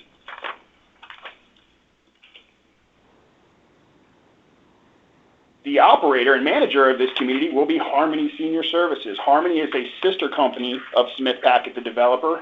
We have similar ownership, and that's very helpful in that it helps us form a long-term partnership where we get important feedback from the operations side when we're pursuing sites and designing buildings. Harmony is a great partner and a neighbor in the local community. They will establish relationships with local clubs, charities, etc., to get our residents involved. Also, they establish partnerships with first responders and EMT professionals that may be needed from time to time to really help plan that out. You can also see Harmony's motto as well as their mission statement. Next slide, please. Senior living as a use and a neighbor comes with a lot of benefits. Chief among them is our very low traffic use. We are one of the lowest traffic generation uses in the IT Trip Generation Manual. That is further reduced by the fact that most of our residents will not drive. We offer van and shuttle service for them as well. The staff and employees of the building also work in 3 different shifts, so we do not have employees all coming and going at once. We actually have performed the trip generation letter, and it does not indicate any traffic studies required. As Dedrick referenced, Dr. Lipinski is here to answer any questions, our traffic consultant. These communities are designed with a very residential look.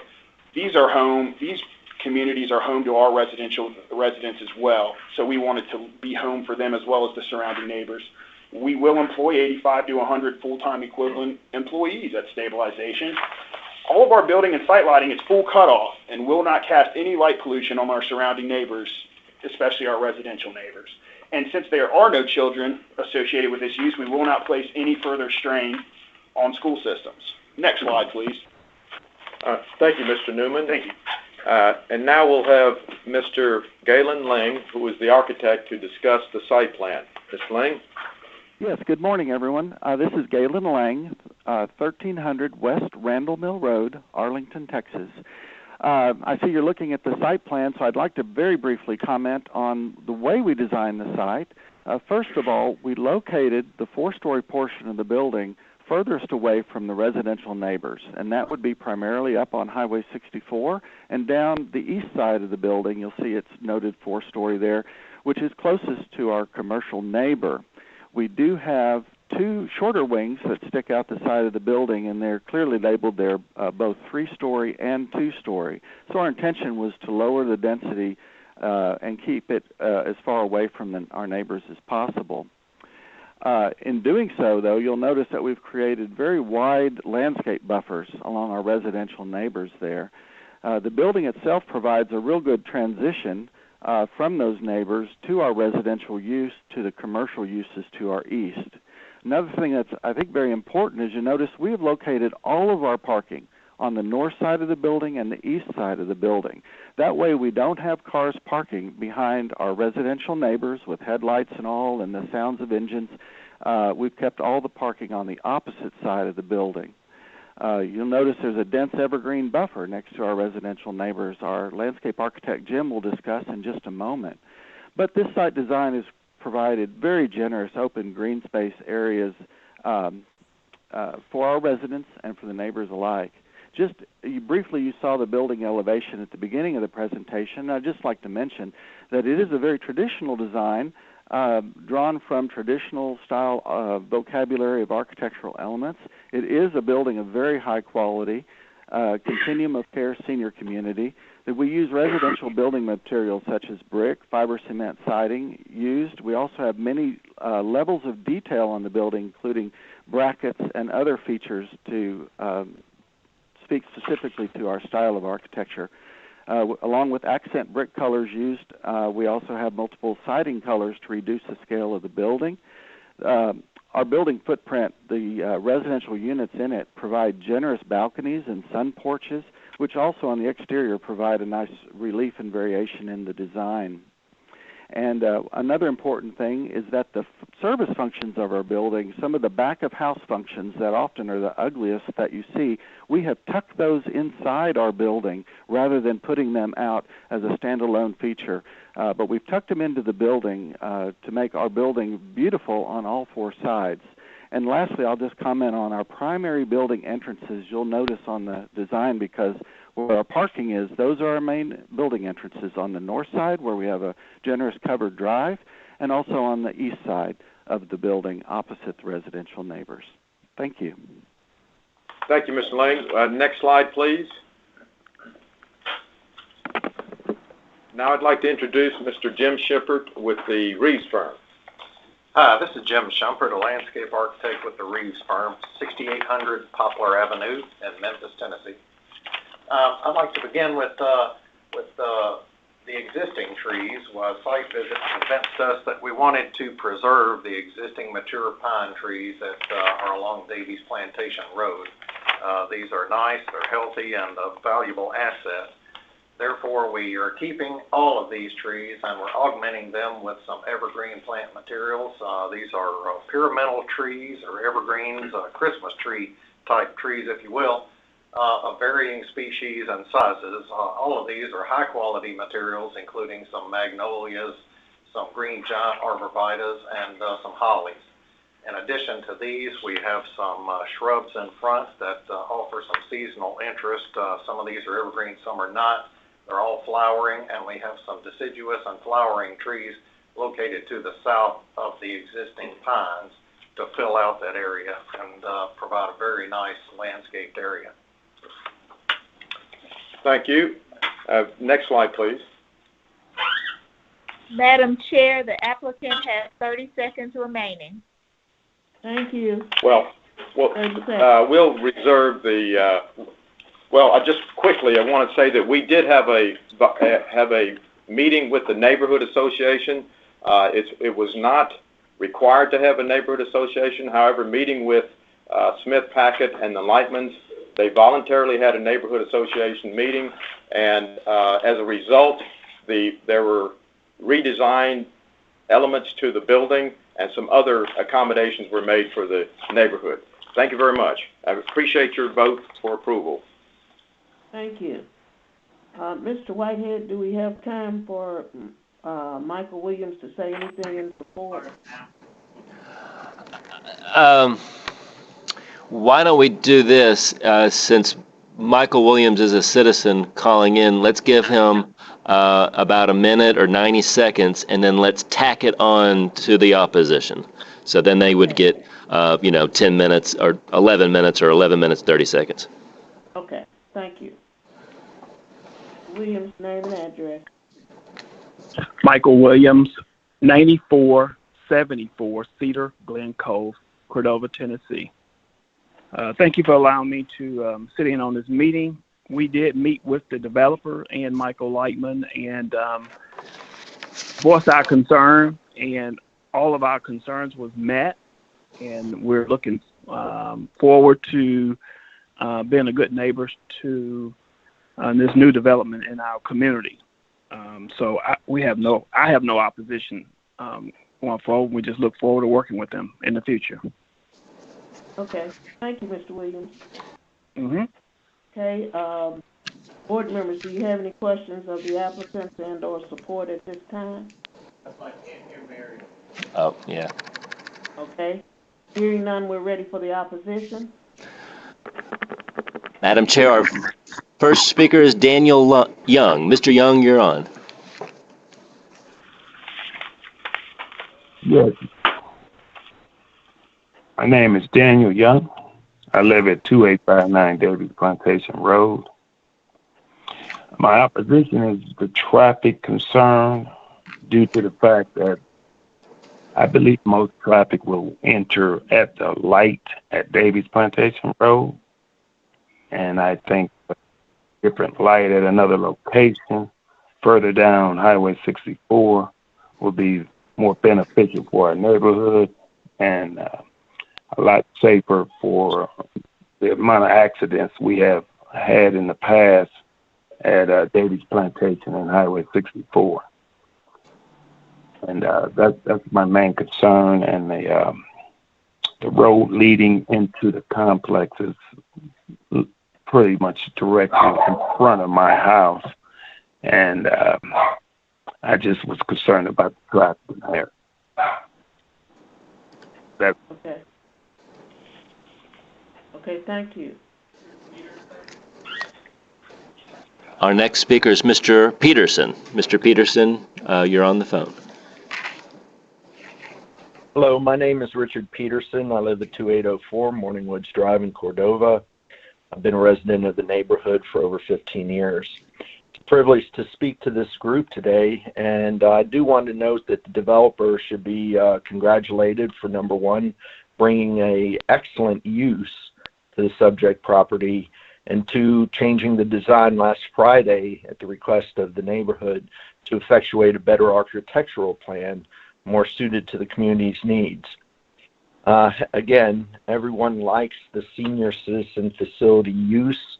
What we are concerned about is the density of the building and the egress curb cut leading onto Davies Plantation Road that allows for a left-hand turn into our community. It is interesting to note that Michael Williams, although he's the president of the Neighborhood Association, he does not represent the Neighborhood Association. He did not call a vote of the association members, and as a result, he's only speaking as a private citizen in support of this project. To the end that I mentioned before, that the use is a good use and the neighborhood appreciates it, but that the density is what our concern is. I sent an email to each one of you last night. I hope that you have read it. Basically, it's my understanding from talking to the planning staff that because of the NS and CSL designation, low-rise building designation, the developer has to request a major modification to the bulk regulations, which state that a maximum height for this property is 25 feet for residential, 40 feet for retail, and 56 feet for a commercial building. Basically, this building falls into the category of a group residential building at best, meaning 2 stories. The developers requested 4 stories. The site plan is excellent. The architects have done a good job, but we would prefer a 3-story building at most. And if they need more density, they can certainly use some of the 11 acres that the developer owns right next to the subject property in Area B. Regarding the egress curb cut leading to a left-hand turn onto Davies Plantation, there's no reason for that to occur. You can only have 2 options when you come out of the parking lot and turn left into our neighborhood. You either come out on Berry Hill or you come out on Houston Levee. Both of those intersections are dangerous for senior citizens. I'll say it again, both of them are extremely dangerous for senior citizens. If you come out on Berry Hill, it is an uphill incline to the road that you're going onto, which is Berry Hill. It's a 2-lane road with no shoulders and very fast intersection. The same is true of Houston Levee. If you come out on Houston Levee, you're at a stop sign on a 2-lane road with no shoulders. Much better access is to come out on Highway 64 out of the building onto Davies Plantation and use the lights at Berry Hill or Houston Levee to access those roads. With that, I'll turn over the rest of my time. Thank you. Thank you. Our next speaker is Mr. Dudkowitz. Mr. Dudkowitz, you are next. Hello. Hello, my name is Jacek Dudkiewicz. I am at 9570 Grove Road, which is the south border line of Morning Woods, and we live here with my wife since 1998 after having traveled around the world as professor and researcher in the States, in Europe, and in Africa. We like this place. We love Memphis. And we also would like to congratulate the planners for the nice and very good job. Our main concern is, though, the size of the building, of the facility. We, as scientists, like to do some research, and we've done it. And there are numerous studies and guidelines how senior living facilities should be designed.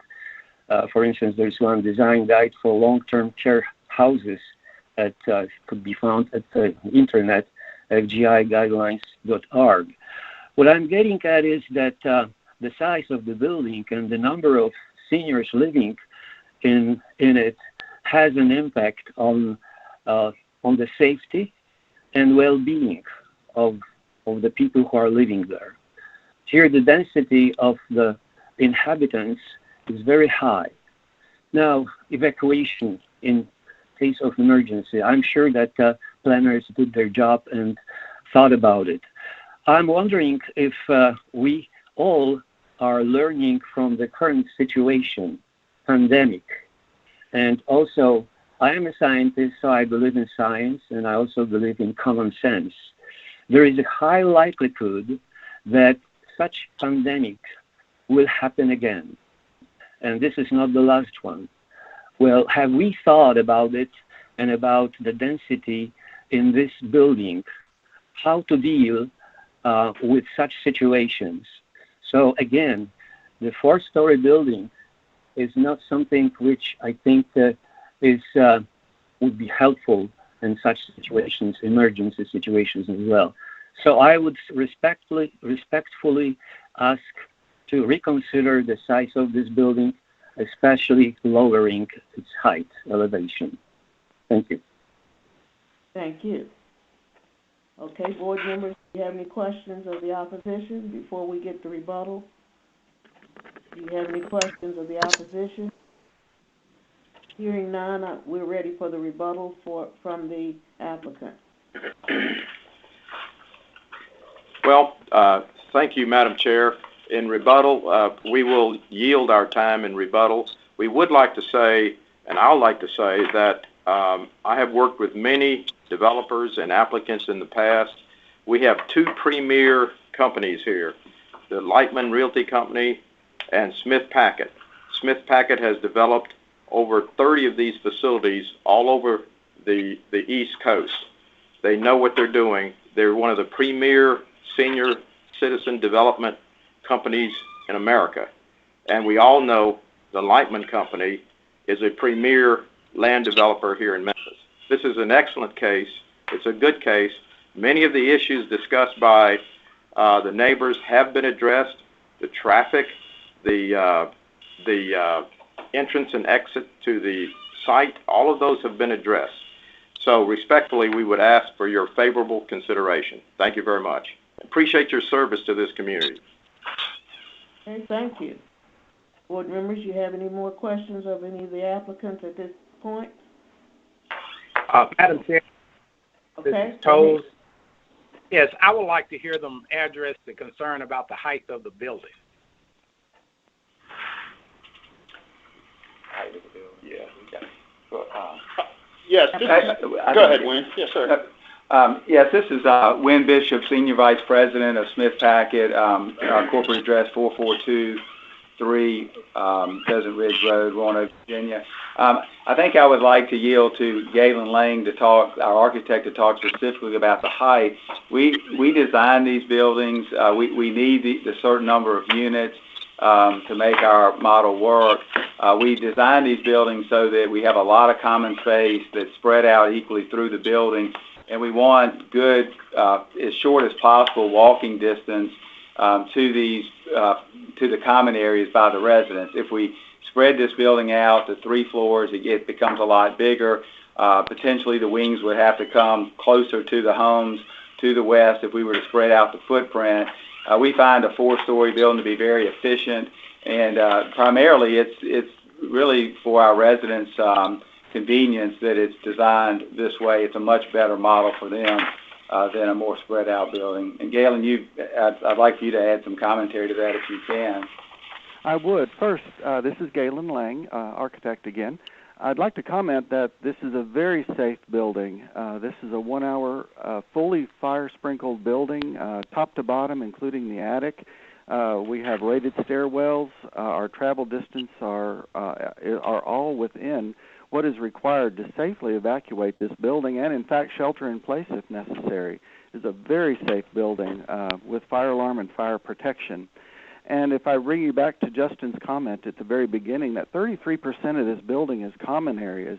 He didn't mention so many of the spaces we have: activity rooms, wellness center, exercise room, movie theater. We have all those amenities that increase the quality of life for the residents that live here. That's one of the reasons why he mentioned the 4-story is better for travel distance, keeping the distance from your 3 meals a day that are served in the dining hall from your unit as short as possible. One of the reasons for the density also is because Smith Packet would not be able to provide all the high-quality services and amenities that they do for their residents if the number of residents were lower in the building. They wouldn't be able to have the percentage and quality of common area spaces. This really does have to deal with quality of life for the residents, and this gives the residents for an affordable price. There are many senior developers that do very high-end. This is a high quality, but not high-end, something that only wealthy people can afford. This is something that we can put our moms and dads in, and the density is a requirement for being able to provide that high quality of life. All right, this is Deputy Britnam. I'd like to make one comment on this. The building height in the CMU-2 zoning district, the maximum height is 75 feet. Now, the underlying zoning of this site is CP, and when CP is converted under the Uniform Development Code, the current zoning is CMU-2. The maximum height allowable is 75 feet in this zoning district. Although there are some conditions that's what we're trying to change, are the conditions to allow the size of the height of this building. Thank you. All right, thank you. Any further questions? Okay, hearing none, I'm going to close the public portion of our meeting. Dr. Pritchard. Move approval of agenda item number 6, PD 99-330. Second. Okay, we have a second by Ms. Wilbank. Is there any discussion? Madam Chair. Yes. This is Libby.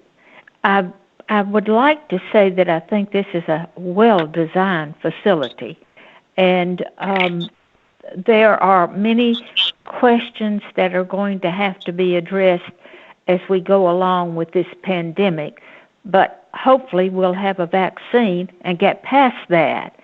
And in view of that, I'm very impressed with all that's gone into this building, and I look forward to seeing it built and used. Thank you, Dr. This is Jennifer O'Connell. I agree with the need for a facility like this. I appreciate the design. I appreciate everything, all the work that has gone into it. I, however, agree with the neighbors' concern with the height. And I do feel that this will be looming, and it will have a negative impact on the neighborhood directly next to it. I also have some concerns about the traffic. I drive 64 regularly. There are always accidents, and specifically right at that intersection there, at that light. So that the traffic has not been answered for me, but I am more concerned about the height of those buildings. So unfortunately, I will not support this. And I would just wish there was a little more movement to lower the buildings, and then I would be happy to support it. But as it stands, I cannot support this application. Okay. Thank you, Ms. O'Connell. All right. We have a motion on the floor. It has been seconded. We have discussed it unless there's any more discussion. If there's any more discussion, if there's no more discussion, I assume that we're ready to vote. Mr. Whitehead? Mr. Gill? Yes. Dr. Pritchard? Yes. Ms. Wilbanks? Yes. Ms. O'Connell? No. Mr. McKinnon? Yes. Vice Chair Lyles Wallace? Yes. Mr. Fleming? Yes. Mr. Thomas? Yes. Mr. Tolles? Yes. Chair Sharp? Yes. We have 9 ayes, 1 nay. Okay, motion carries. Thank you very much. Dr. Pritchard? We will now go, Madam Chair, to agenda item number 8, PD 20-11, South Memphis, Motor Vehicle Sales and Service Plan Development on the southwest corner of South 3rd Street and Gilbert Avenue and the northeast corner of South 3rd Street and Lucerne Place. Staff recommendation is approval with conditions. Thank you very much. Is the applicant present? If so, would you give your name and Yes. address? Hey, Marty. Yes, ma'am. Harvey Markham with the Reeves firm. Might be muted. No, on Josh's end. He may not recognize us for this. Are we muted? No, you're not. No, we're not muted. Okay. Give us your address and then we'll have a presentation. Yeah, Homer Brannon, 999 South Shady Grove, and I represent the applicant. Okay, thank you. So we're ready for the presentation. Can you turn it up a little? Yes, ma'am. Madam Chair, this is Josh Whitehead presenting for Jeffrey Penzis again.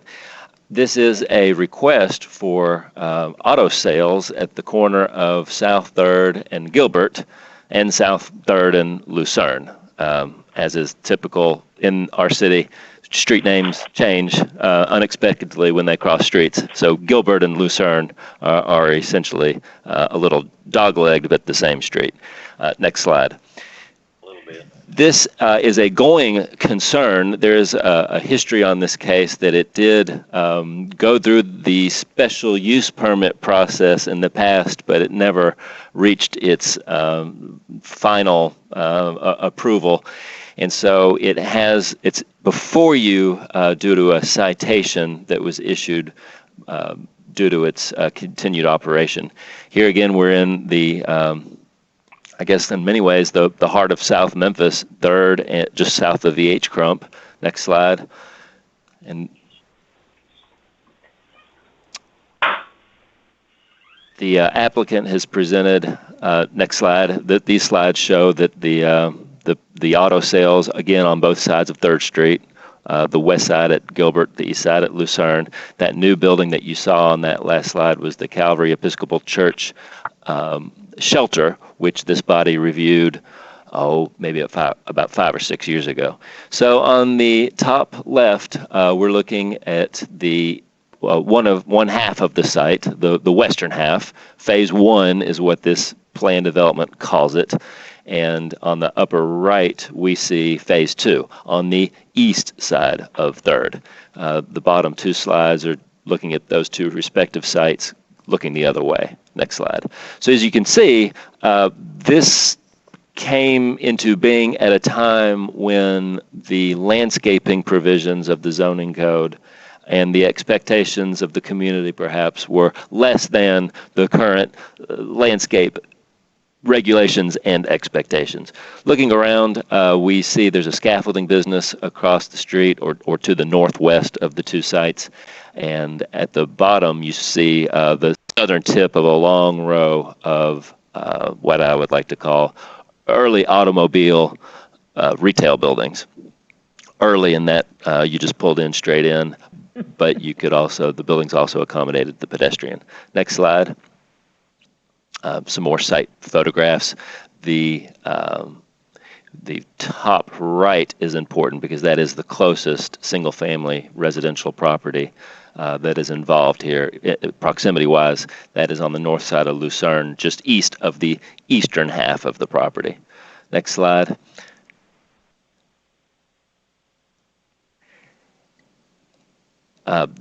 As a planned development, the developer has submitted a site plan.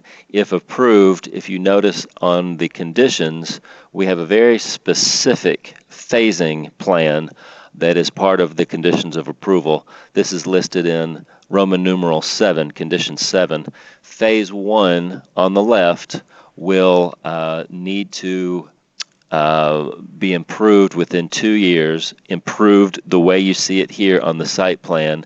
And then after that is complete, phase 2, the eastern side, has to come into compliance with this site plan within 3 years. What is the significance of this site plan? Well, if you can tell, it gets a few things that the UDC likes to see in a site plan. The buildings are in closer proximity to the street with parking into the rear or to the side, and it adds that landscaping that I mentioned that was absent and is typically absent in a site that developed at the time this site was developed. Next slide. The developer also submitted elevations, orthographic shots, I guess, is the term of the site, showing what it would look like for those that don't have the imagination, such as me, when looking at a site plan. These assist, showing where those buildings are and the landscaping. Next slide. And the orthographic photographs, I think, or renderings, I should say, are on the next few slides. The one on the these are both the western or phase 1, and then these are the eastern phase 2, and that shows you the treatment along that house that we saw on Lucerne. With this, Madam Chair, we did square this with Memphis 3.0, and due to the adjacent land uses and the fact that this is an anchor neighborhood mix of building types, we find it to be this proposal consistent with Memphis 3.0, and we recommend approval. Importantly, approval with conditions. With that, Madam Chair, I'm available for any questions. Thank you very much. Board members, do you have any questions for Mr. Whitehead at this time? Okay. Hearing none, we're ready for Mr. Brannon, and you have your presentation, and you can call on your support if you so desire. Mr. Brannon. Thank you, Chair Lady, and ladies and gentlemen. I do represent Pyramid Cars, and Mr. Brian Bowman is now running the business. His father-in-law, who was running the business, passed away a couple of years ago, and so he is trying to improve this area and make it consistent with the Calvary Rescue Mission. This is, as staff has pointed out, a very mixed-use area. We have industrial, we have commercial, we have institutional, and as Josh pointed out, the residential property, which is a rental home. They have been in this area, as the staff report indicates, for 29 years in this general area. It is convenient shopping for the Memphis community, and being located just off Crump Boulevard on 3rd Street makes it a convenient location. And they have been providing neighborhood services. The post office closed, the bank closed, and so they're doing a lot of notary work out there for the neighbors, and they get along with their neighbors very well, as you can see from the emails of support from the neighbors.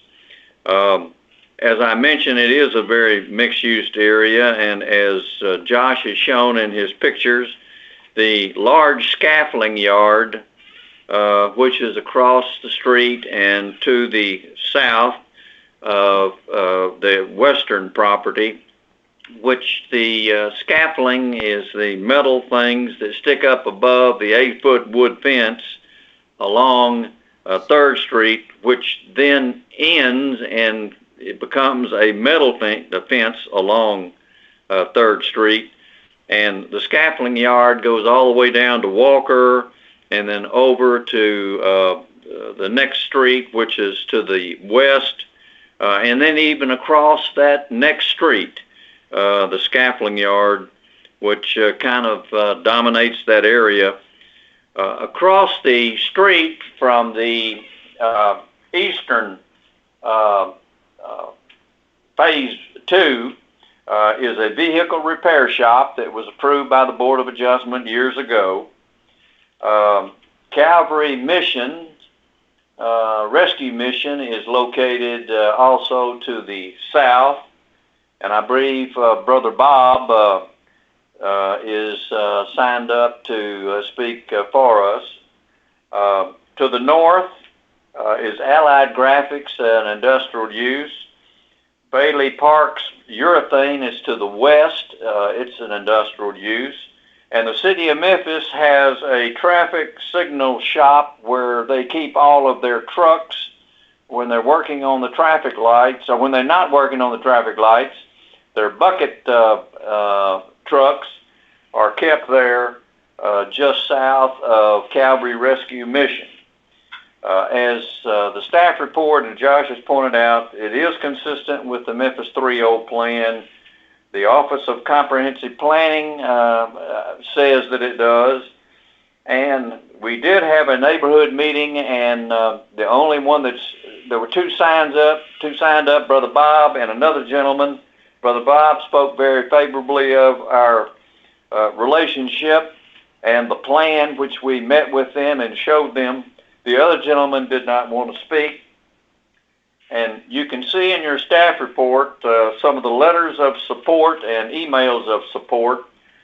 We do have, I believe, one email in opposition, and that's from Mr. Thacker, who is the owner of the scaffolding yard. That kind of dominates that part of 3rd Street. We did revise the plan to accommodate city engineering. We moved the driveway on 3rd Street on phase 2 to the north to enter in off a public alley.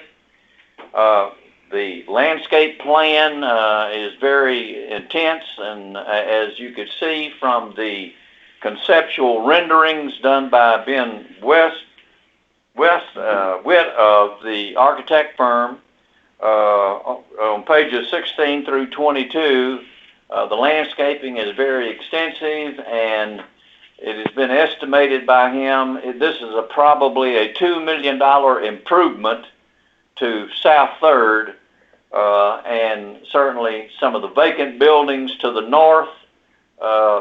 In the commercial area, this may spur more development and improvement of the property. This business pays a substantial amount of sales tax. We estimate that the sales tax portion averages about $41,000 a year back to Memphis and Shelby County from the state.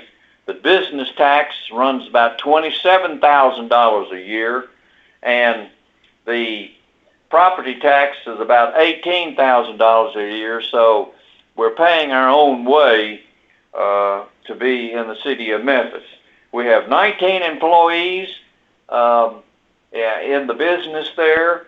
It's about a $2 million payroll, and they're happy employees. They get along well with the neighbors, and we think it would be appropriate to ask for your support of the application and the staff report. And now I'd like to see if Brother Bob would like to make a statement. Yes, this is Reverend Bob Frutiger. I'm the Executive Director with Calvary Rescue Mission. which Mr. Brandon mentioned. I'm also known as Brother Bob. I have been with Calvary Rescue Mission for the last 25 years, and I've known Brian at Pyramid for that length of time. I also wanted to thank you, Madam Chair, and board members, for giving me this opportunity today to speak. The board approved our $3 million plan development about 3 years ago, and we feel like it beautified the neighborhood.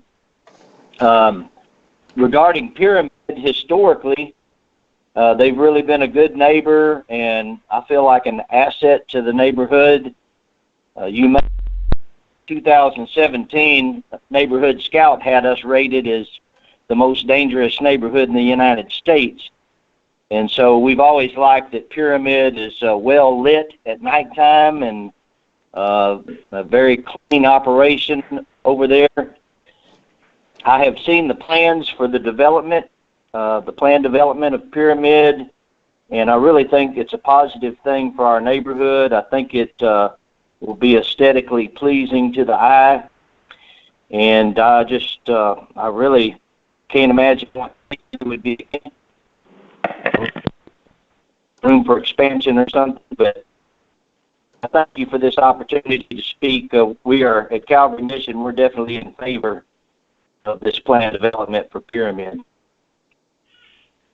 Okay, thank you very much. Okay, board members, do we have any questions from the applicants and or support at this time?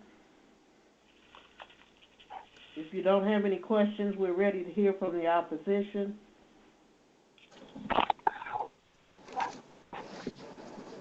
P.J. Thacker. Mr. Thacker, you're on. Yes, Madam Chair and the board member, and also the applicant and Brother Bob. We've been here for the last 30 years. We own about approximately 10.5 acres. I'm so sorry. My name is PJ Thacker, Thakkar. And I've been in this area for about the last 30 years, a little over 30 years. We have spent multi-million dollars to improve this property, and we have reduced crime by 90% in this part of the town. There's two questions I have. Look, I'm always supportive for any good improvement for our neighborhood, but the two issues that I have, I think this plan ought to be evaluated, see what's the economic impact going to be. The number two, the time frame you're giving the Pyramid for 2 years and 3 years, I think is ridiculously long. So my recommendation to Madam Chairman and the board member is not to just send it right away to the council. Evaluate the economic impact, what's going to happen to develop the south side of the 3rd Street from downtown, because we all ran out all the downtown space. Look, I don't have any opposition. I don't know the people at Pyramid. I have a great neighbor, Bailey Parks and all of them. And my recommendation to the board to take time not just to send this immediately to the council. Look at the economic impact, and you need to reduce the time of this development, not 2 to 5 years. I think it's ridiculous. If you're going to invest $2 million, develop, and we are not against your development here. The article is you need to reduce your time. When city spends $250,000 putting a new street on a Barton Street, we did this plan in 1 year. We developed all those areas, and we did not move to Olive Branch, Mississippi. I think it's a very important for the OPD and the Land Use Control Board to really evaluate and change the status. The three things they're doing it is really, they're using the Barton Streets as a testing car, and we have two dangerous situations. We almost lost one individual. The guy that was driving a Mustang, it was driving 60 miles an hour from the Elm Street to all the way to 3rd Street. We tried to wave down. We have slowed down many, many vehicles tested by customer of Pyramid. I think that needs to be stopped. but I think you need to shorten the time instead of allowing 2 and 3. That's a 5 years. This doesn't make sense. And also we request that Land Use Control Board, that the artist rendering that show they must follow that exact guideline to the plan and not compromise it. Mr. Thacker, for the record, would you give us your address, please? Our address is 973 South 3rd Street, and I think it will be very important that Madam Chair and the board member to come and visit what we have done to this neighborhood. We have a total records here that you can look at it, what we have transformed the neighborhood to one of the second largest scaffolding company in North America. Okay, thank you. Board members, you have any questions for Mr. Thacker before we turn it back over to the applicants for their 3-minute rebuttal? Just a minute. Hearing none, I'm ready for your rebuttal. Thank you, Chair Lady. We understood Mr. Thacker's concern about the time limit. You know, most plan developments, phase 1 has to be filed, a final plan has to be filed in 5 years. That's the normal way a plan development usually works. But we worked with Mr. Bowman and we worked with Mr. Jeffrey, and we reduced that down to 1 year that they've got to take out they have to file a final plan within 1 year. As you know, it takes about 6 months to go through city engineering with curbs and gutters and street layout and that sort of stuff. It takes a little while, and so it takes a little bit of time in order to get it done. But our client is committed to get this job done and do it as quickly as possible. But as Mr. Markham says, and he's here to speak for it, it takes a little while to go through engineering, so a final plan will be filed in 1 year instead of 5 years and be completed in 2 years, and then we will start working on the east side after that is done. In regards to cars driving on Barton, our insurance company does not allow anyone to test drive a car without a person, the salesman, being in the car. And we have put a condition in there that says no driving on Barton. So we can eliminate any problem like that over there. But the scaffolding yard is very large, and I understand from Mr. Thacker that it's very large in the country. As you can see, driving down 3rd Street, it stands out about 10 or 15 feet above the 8-foot fence, and it kind of dominates that area with metal scaffolding all stacked up, as you can see in the pictures. I'd like to ask Mr. Bowman to make a few comments. Do I still have time? Do we got any time left? Madam Timekeeper, do we have any time left? Madam Chair, we have 34 seconds remaining. Okay. Thank you. Okay, I'm Brian Bowman. I'm president of Pyramid Used Cars, Inc., 936 South 3rd Street, Memphis, Tennessee. And I appreciate the Land Use Development Office and the time they've taken working with us on this application. Appreciate the Land Use Board hearing this. And I appreciate everybody that signed in today, whether it's support or a concern. I read a quote one time that said, "We don't get harmony when everybody sings the same note. Only notes that are different can harmonize." And that's the same. It's the same is true with people. And I appreciate all the input, and I believe that we're going to build a great facility on South 3rd, along with what Calvary Rescue Mission did, and we can change the South 3rd Street corridor to be a more desirable view as people come in and out on 3rd Street into our city daily. As for the economic impact, and Mr. Brandon touched on it just a little bit. Just in the last 11 years of the third, we've been there since June of 1990. In the last 11 years, because that was just the data I had most readily available, we've had $127 million in sales, $7.2 million of timely paid Tennessee sales tax, never paid a late fee. And the 2.75% of that is almost $500,000 that we paid. And as Mr. Brandon said, $322,000 or so in business taxes and property taxes. We're excited about what we're trying to do here on South 3rd Street. And the auto industry is ever changing, and we want to continue to be an anchor business in our community for our industry, providing reliable transportation to individuals from all walks of life. And I want to thank Homer and the Reeves firm and Ben Witt for what they've done in this application process. And we've made a sizable investment just in the last 10 or 11 months to get to where we are today. So any question about whether we're going to do this project or not, it could be answered if you could just look at my bills. But thank you for your time today. And Madam Chairlady, we want to thank Brother Bob for giving us his time today to call in and support the application.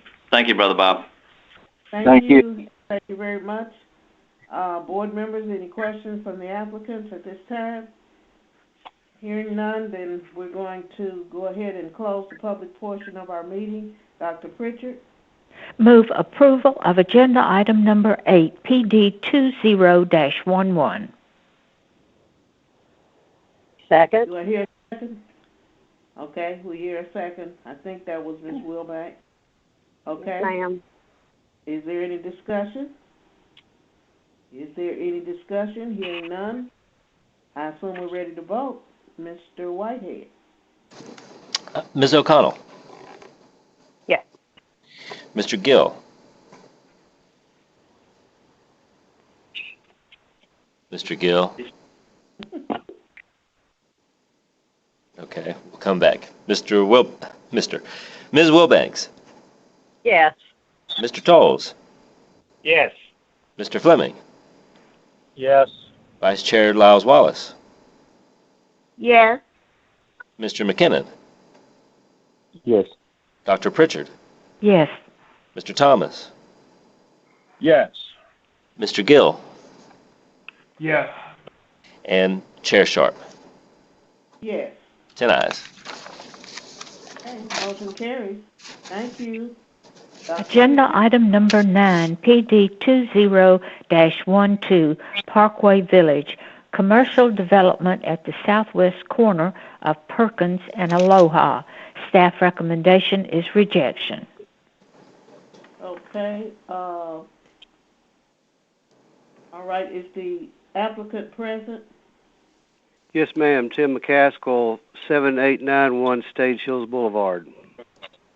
Okay. Since this is a rejection, we are going to hear it. Okay, we're ready to hear the case. All right. Good morning again, Madam Chair and members of the board. I just wanted to make one note. I believe I have agenda item number 10 on my staff report, but I think this all got changed to agenda number 9, so I just wanted to make that note. But this is, again, case PD 20-12. It is a commercial plan development specifically for retail. It is located at what is currently 4725 and 4731 Aloha Avenue.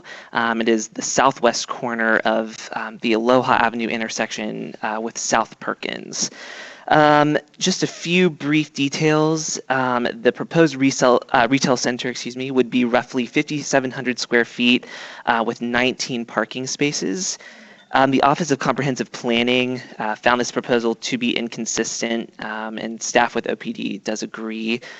Those findings can be found on pages 17 and 18 of the staff report. I just wanted to mention that coupled with that inconsistency, that staff felt that with a larger parking lot and with the extra lot of space at this corner, I found that the proposal for the scale would be, out of character with the neighborhood. Even though there are larger commercial uses to the south, staff does feel that this specific proposal would be out of scale for the rest of the neighborhood, and therefore staff is recommending rejection. That is it for my presentation. I'm available for any questions. Thank Thank you very much. Do we have any questions at this time for Mr. Skinner? Any questions? Hearing none, we're ready for the applicant for you to make your presentation. Thank you, Madam Chairman. This site fronts on South Perkins, which is highly commercial, south of the interstate. Adjacent to this site, to the south, is a 13-acre retail center. To the north, there is a dental office on the northwest corner of Aloha and Perkins. The northeast corner is a PD was approved there in 2001 for a daycare and 2 office buildings called Perkins Place PD. The southeast corner across Perkins is a dental laboratory, and next to that is a McDonald's restaurant. This site's surrounded by commercial. We've left a generous landscape buffer along Perkins to enhance the look of the site, but it's surrounded by commercial on 3 sides. It just seems like it's a residential island in all that commercial use, and we just think it makes sense to allow commercial use of this site fronting on Perkins Road to blend in with the surrounding commercial properties. That's the end of my presentation. Okay, thank you. Board members, you have any questions for the applicant, Mr. McCaskill? Any questions? Okay, then we are ready to close the public portion of the meeting. I don't see any opposition on our spreadsheet. That is correct. Okay, so this closes the public portion of our meeting at this time. So, Dr. Pritchard. Move approval of agenda item number 9, PD 20-12. Second. Okay, we have a second from Bank. I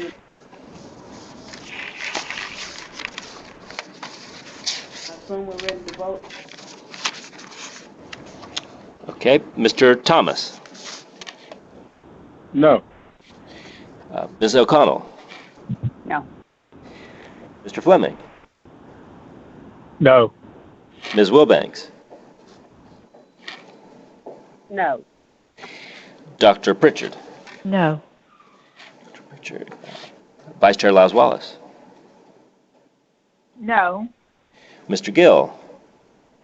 No. Mr. Tolles. No. Mr. McKinnon. No. And Chair Sharp.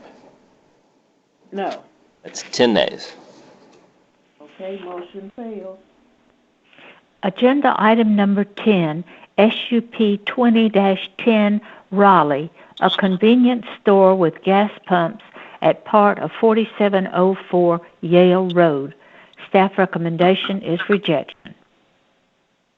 Thank you, Dr. Pritchard. Is the applicant present? If so, can we have your name and address before we hear the case? Yes. Devin Ferris and Matt Peterson with Estacado Interests, address 2800 Gilder Drive, Plano, Texas, along with Jason Anderton with Murphy USA Corporate, based out of El Dorado, Arkansas. Okay, thank you for our presentation. All right. Good afternoon, members of the board and public. This is Brett Davis with the Division of Planning and Development presenting another convenience store with gas pumps case before you this morning. Case number SUP 20-10. Next slide. We're looking at the northeast of the corner of Austin P and Yale. It's not on the corner, but it's just northeast. This is land owned by Miles Enterprises, Incorporated. The applicant is Estacado Interests, and the request is a special use permit for a convenience store with gas pumps. There is a second request not listed here, which is the amendment of the underlying conditional zoning district to remove a prohibition on gas stations. The area of the land is 1.7 acres. And the zoning is commercial mixed use 2, which is the inheritor zoning district to our old conditional zoning districts, in this case SC1. Next slide, please. We're looking at the Raleigh neighborhood, shown here with a pink circle. Next slide, please. And here's the underlying zoning district, the Raleigh Plaza Shopping Center, which dates originally to the early 1970s, approved both by this body and the Memphis City Council and Shelby County Commission. It divides the land into 2 areas, Area A and Area B. This site is part of Area B, and it includes a specific prohibition on filling stations. So this plan would need to be amended to allow a convenience store with gas pumps on this site. Next slide, please.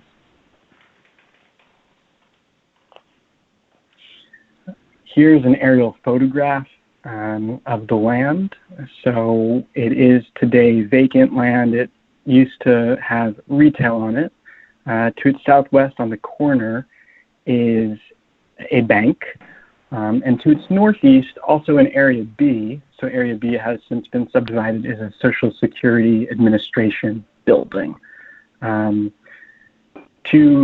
Across Austin P from the site is land that came before this body fairly recently, earlier this year, to reduce the front setbacks and allow retail. There is a planned coffee shop as well as a planned restaurant. And to the south is the old Raleigh Springs Mall site, which of course has seen a great deal of public investment, including a new library, park, walking paths, and police station, and which you approved on the consent agenda earlier today for a police maintenance facility. Next slide, please.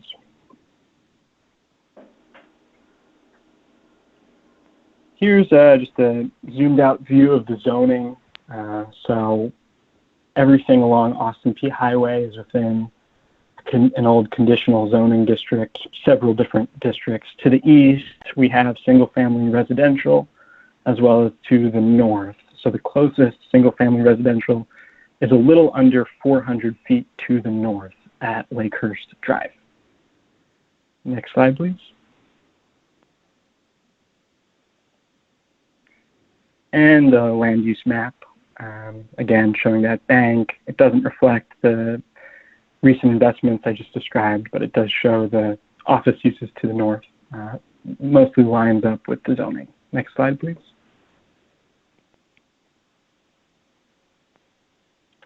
Here is a view of the site from Austin P.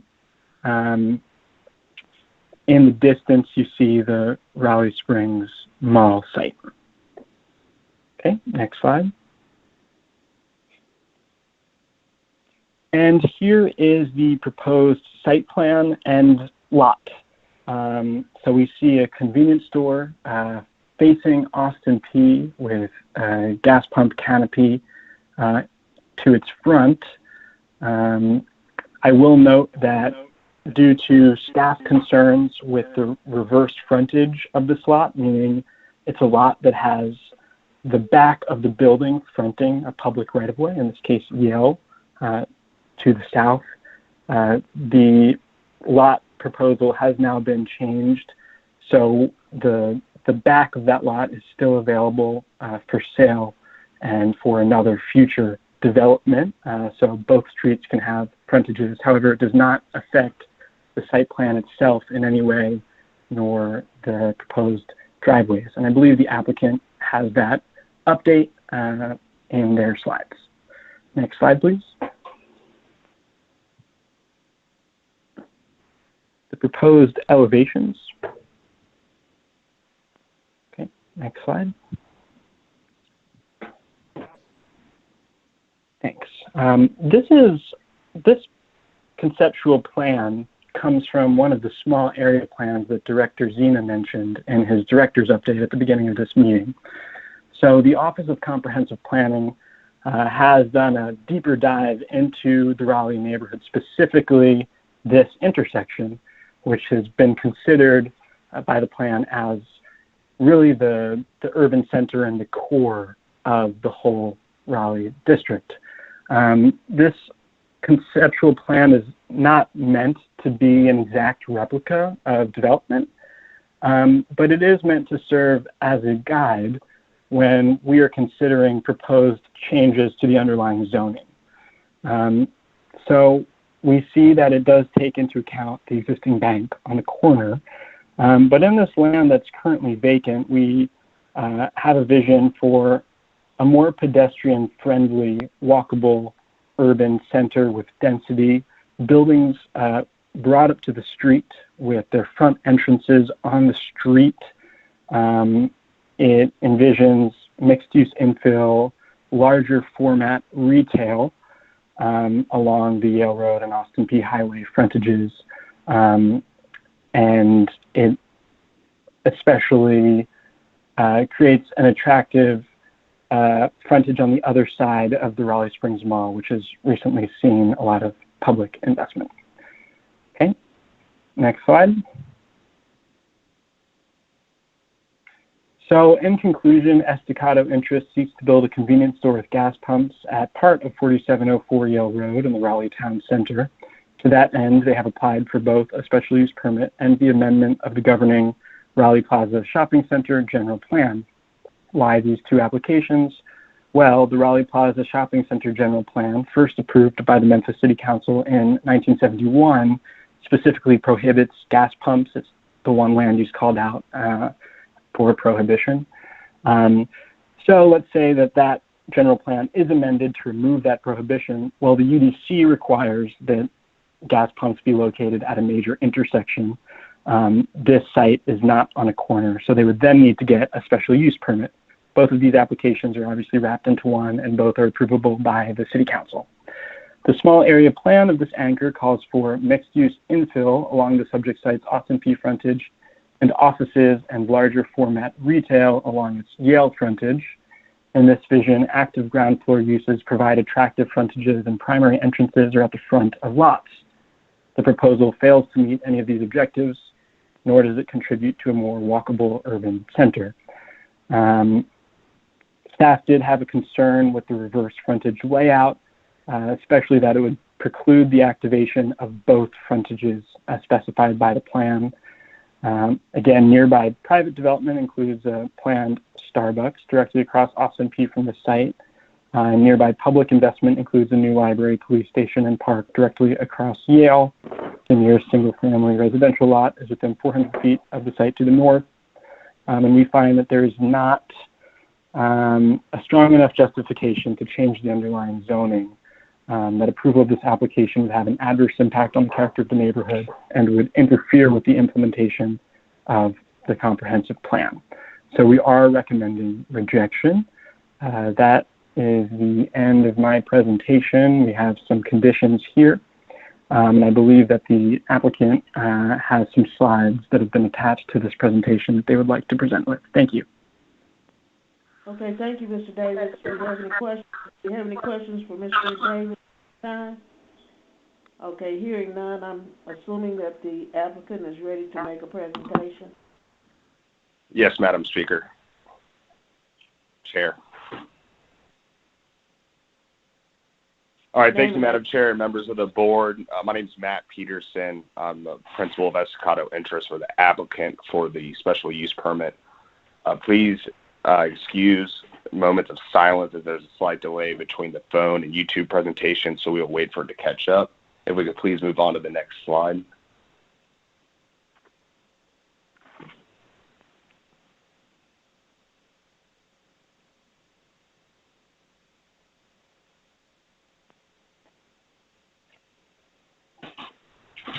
On Monday, September 28th, which was 10 days ago, at 7 p.m., we held a neighborhood meeting. Unfortunately, due to it being held over Zoom, we had no attendees. So we took it a step further, and this past Sunday, October 8th, we went out and knocked doors, socially distanced with masks, of course, and knocked on all the doors within the vicinity map to see, what the residents feel towards our development was and have a better understanding so we could address any concerns. Of the green are residents who are in favor of our development. White are people who either were not home or did not choose to speak with us. And red were people who were opposed. A majority of the red outlines, their opposition was just, they're against commercial development in general due to an increase in traffic in their neighborhood. Next slide, please.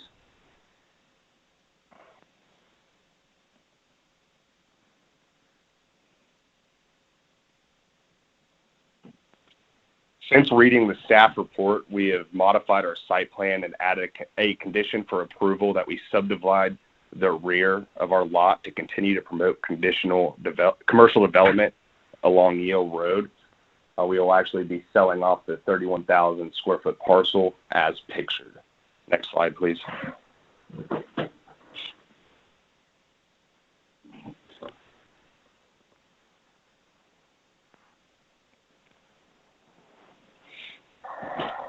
This is a proposed overall site plan. As you can see, we have two pictured QSR or fast food lots adjacent to our proposed development, along with a future strip center or space for other commercial development. We are in talks with another fast food user for the remaining lot fronting Austin P Highway to the north of our proposed development. Next slide, please. Lot fronting Austin P Highway to... As you can see, this is the small area plan of the Raleigh Town Center anchored neighborhood plan that Brett Davis with the Office of Planning and Development mentioned earlier. As you may be aware, the city sold the 8.65 acres on the northwest corner to a private developer for $800,000 after owning the property for 15 years, and that transaction actually closed 10 days ago on September 28th. We're currently under contract to purchase 1.6 acres of 6.69 acres for $550,000. Next slide, please.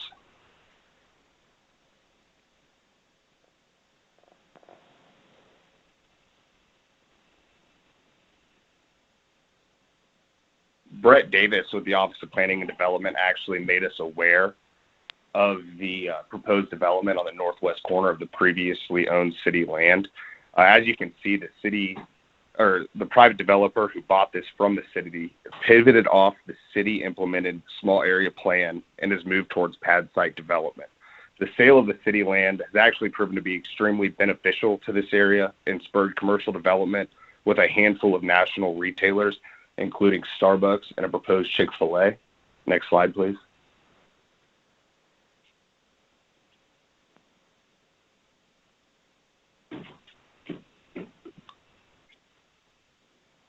As you can see, our overall site plan ties in well with the development across Austin P Highway.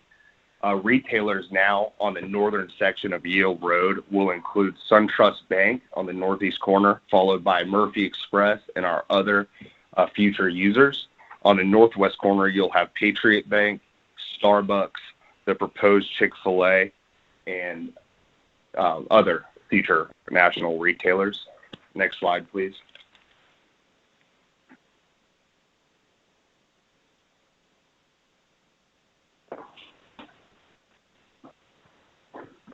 Again, I just want to highlight our proposed site plan for the overall parcel. It promotes continued traffic for all retailers that benefit off one another. And, while the initial development is for a convenience store, it will bring other national and regional retailers to this corner.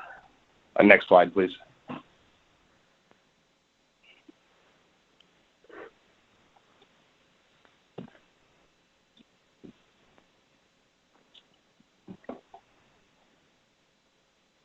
I want to take a moment to talk about taxes. The purchase of our 1.66 acre property alongside the remaining 5.3 acres should generate the same amount of tax revenue, increasing tax revenue as the sale of the 8.6 acre tract that the city sold across the highway. increasing revenue for our tract alone by 273%, or $15,000. Once our development is complete, an additional increase of $77,000 should occur, or 1,079%. Once the entire development for the entire corner is complete, with the other two fast food parcels and the strip center, there should be an increase of $318,000 in taxes alone, which will be a 4,000% increase to the tax right now. If you could skip forward 2 slides, please.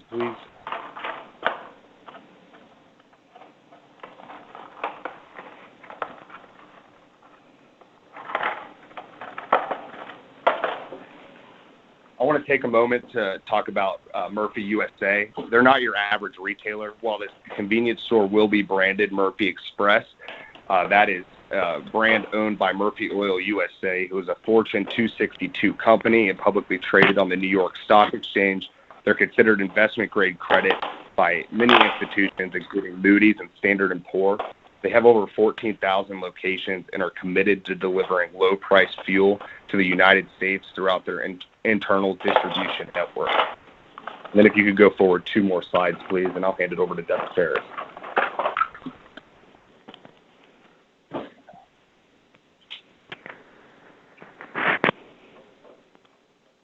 Yes, thanks, Matt. As Brett mentioned earlier, the Office of Planning and Development proposed 4 conditions to our application. We are in agreement in support of the first 3 and ask that the 4th condition prohibiting window signs be removed to allow for seasonal promotions and advertising for Murphy USA.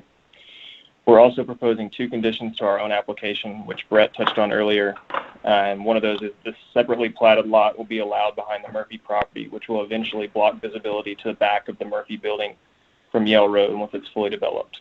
And also that rear frontage to the Murphy property will be allowed only by way of shared access with the newly created lot behind the Murphy property. We kindly ask that you approve this case with these conditions.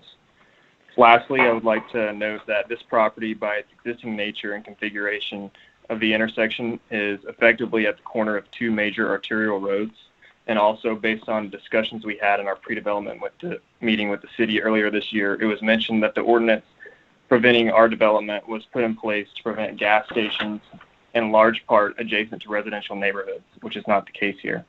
We would like to close by asking that you kindly approve this project to bring new commercial development to the area that locals can be proud of, to encourage future growth in the area, increase local residential home values, and clean up a corner that is currently an eyesore, has sat vacant for many years, and as it stands, provides no benefit to the local community. Thank you. Thank you.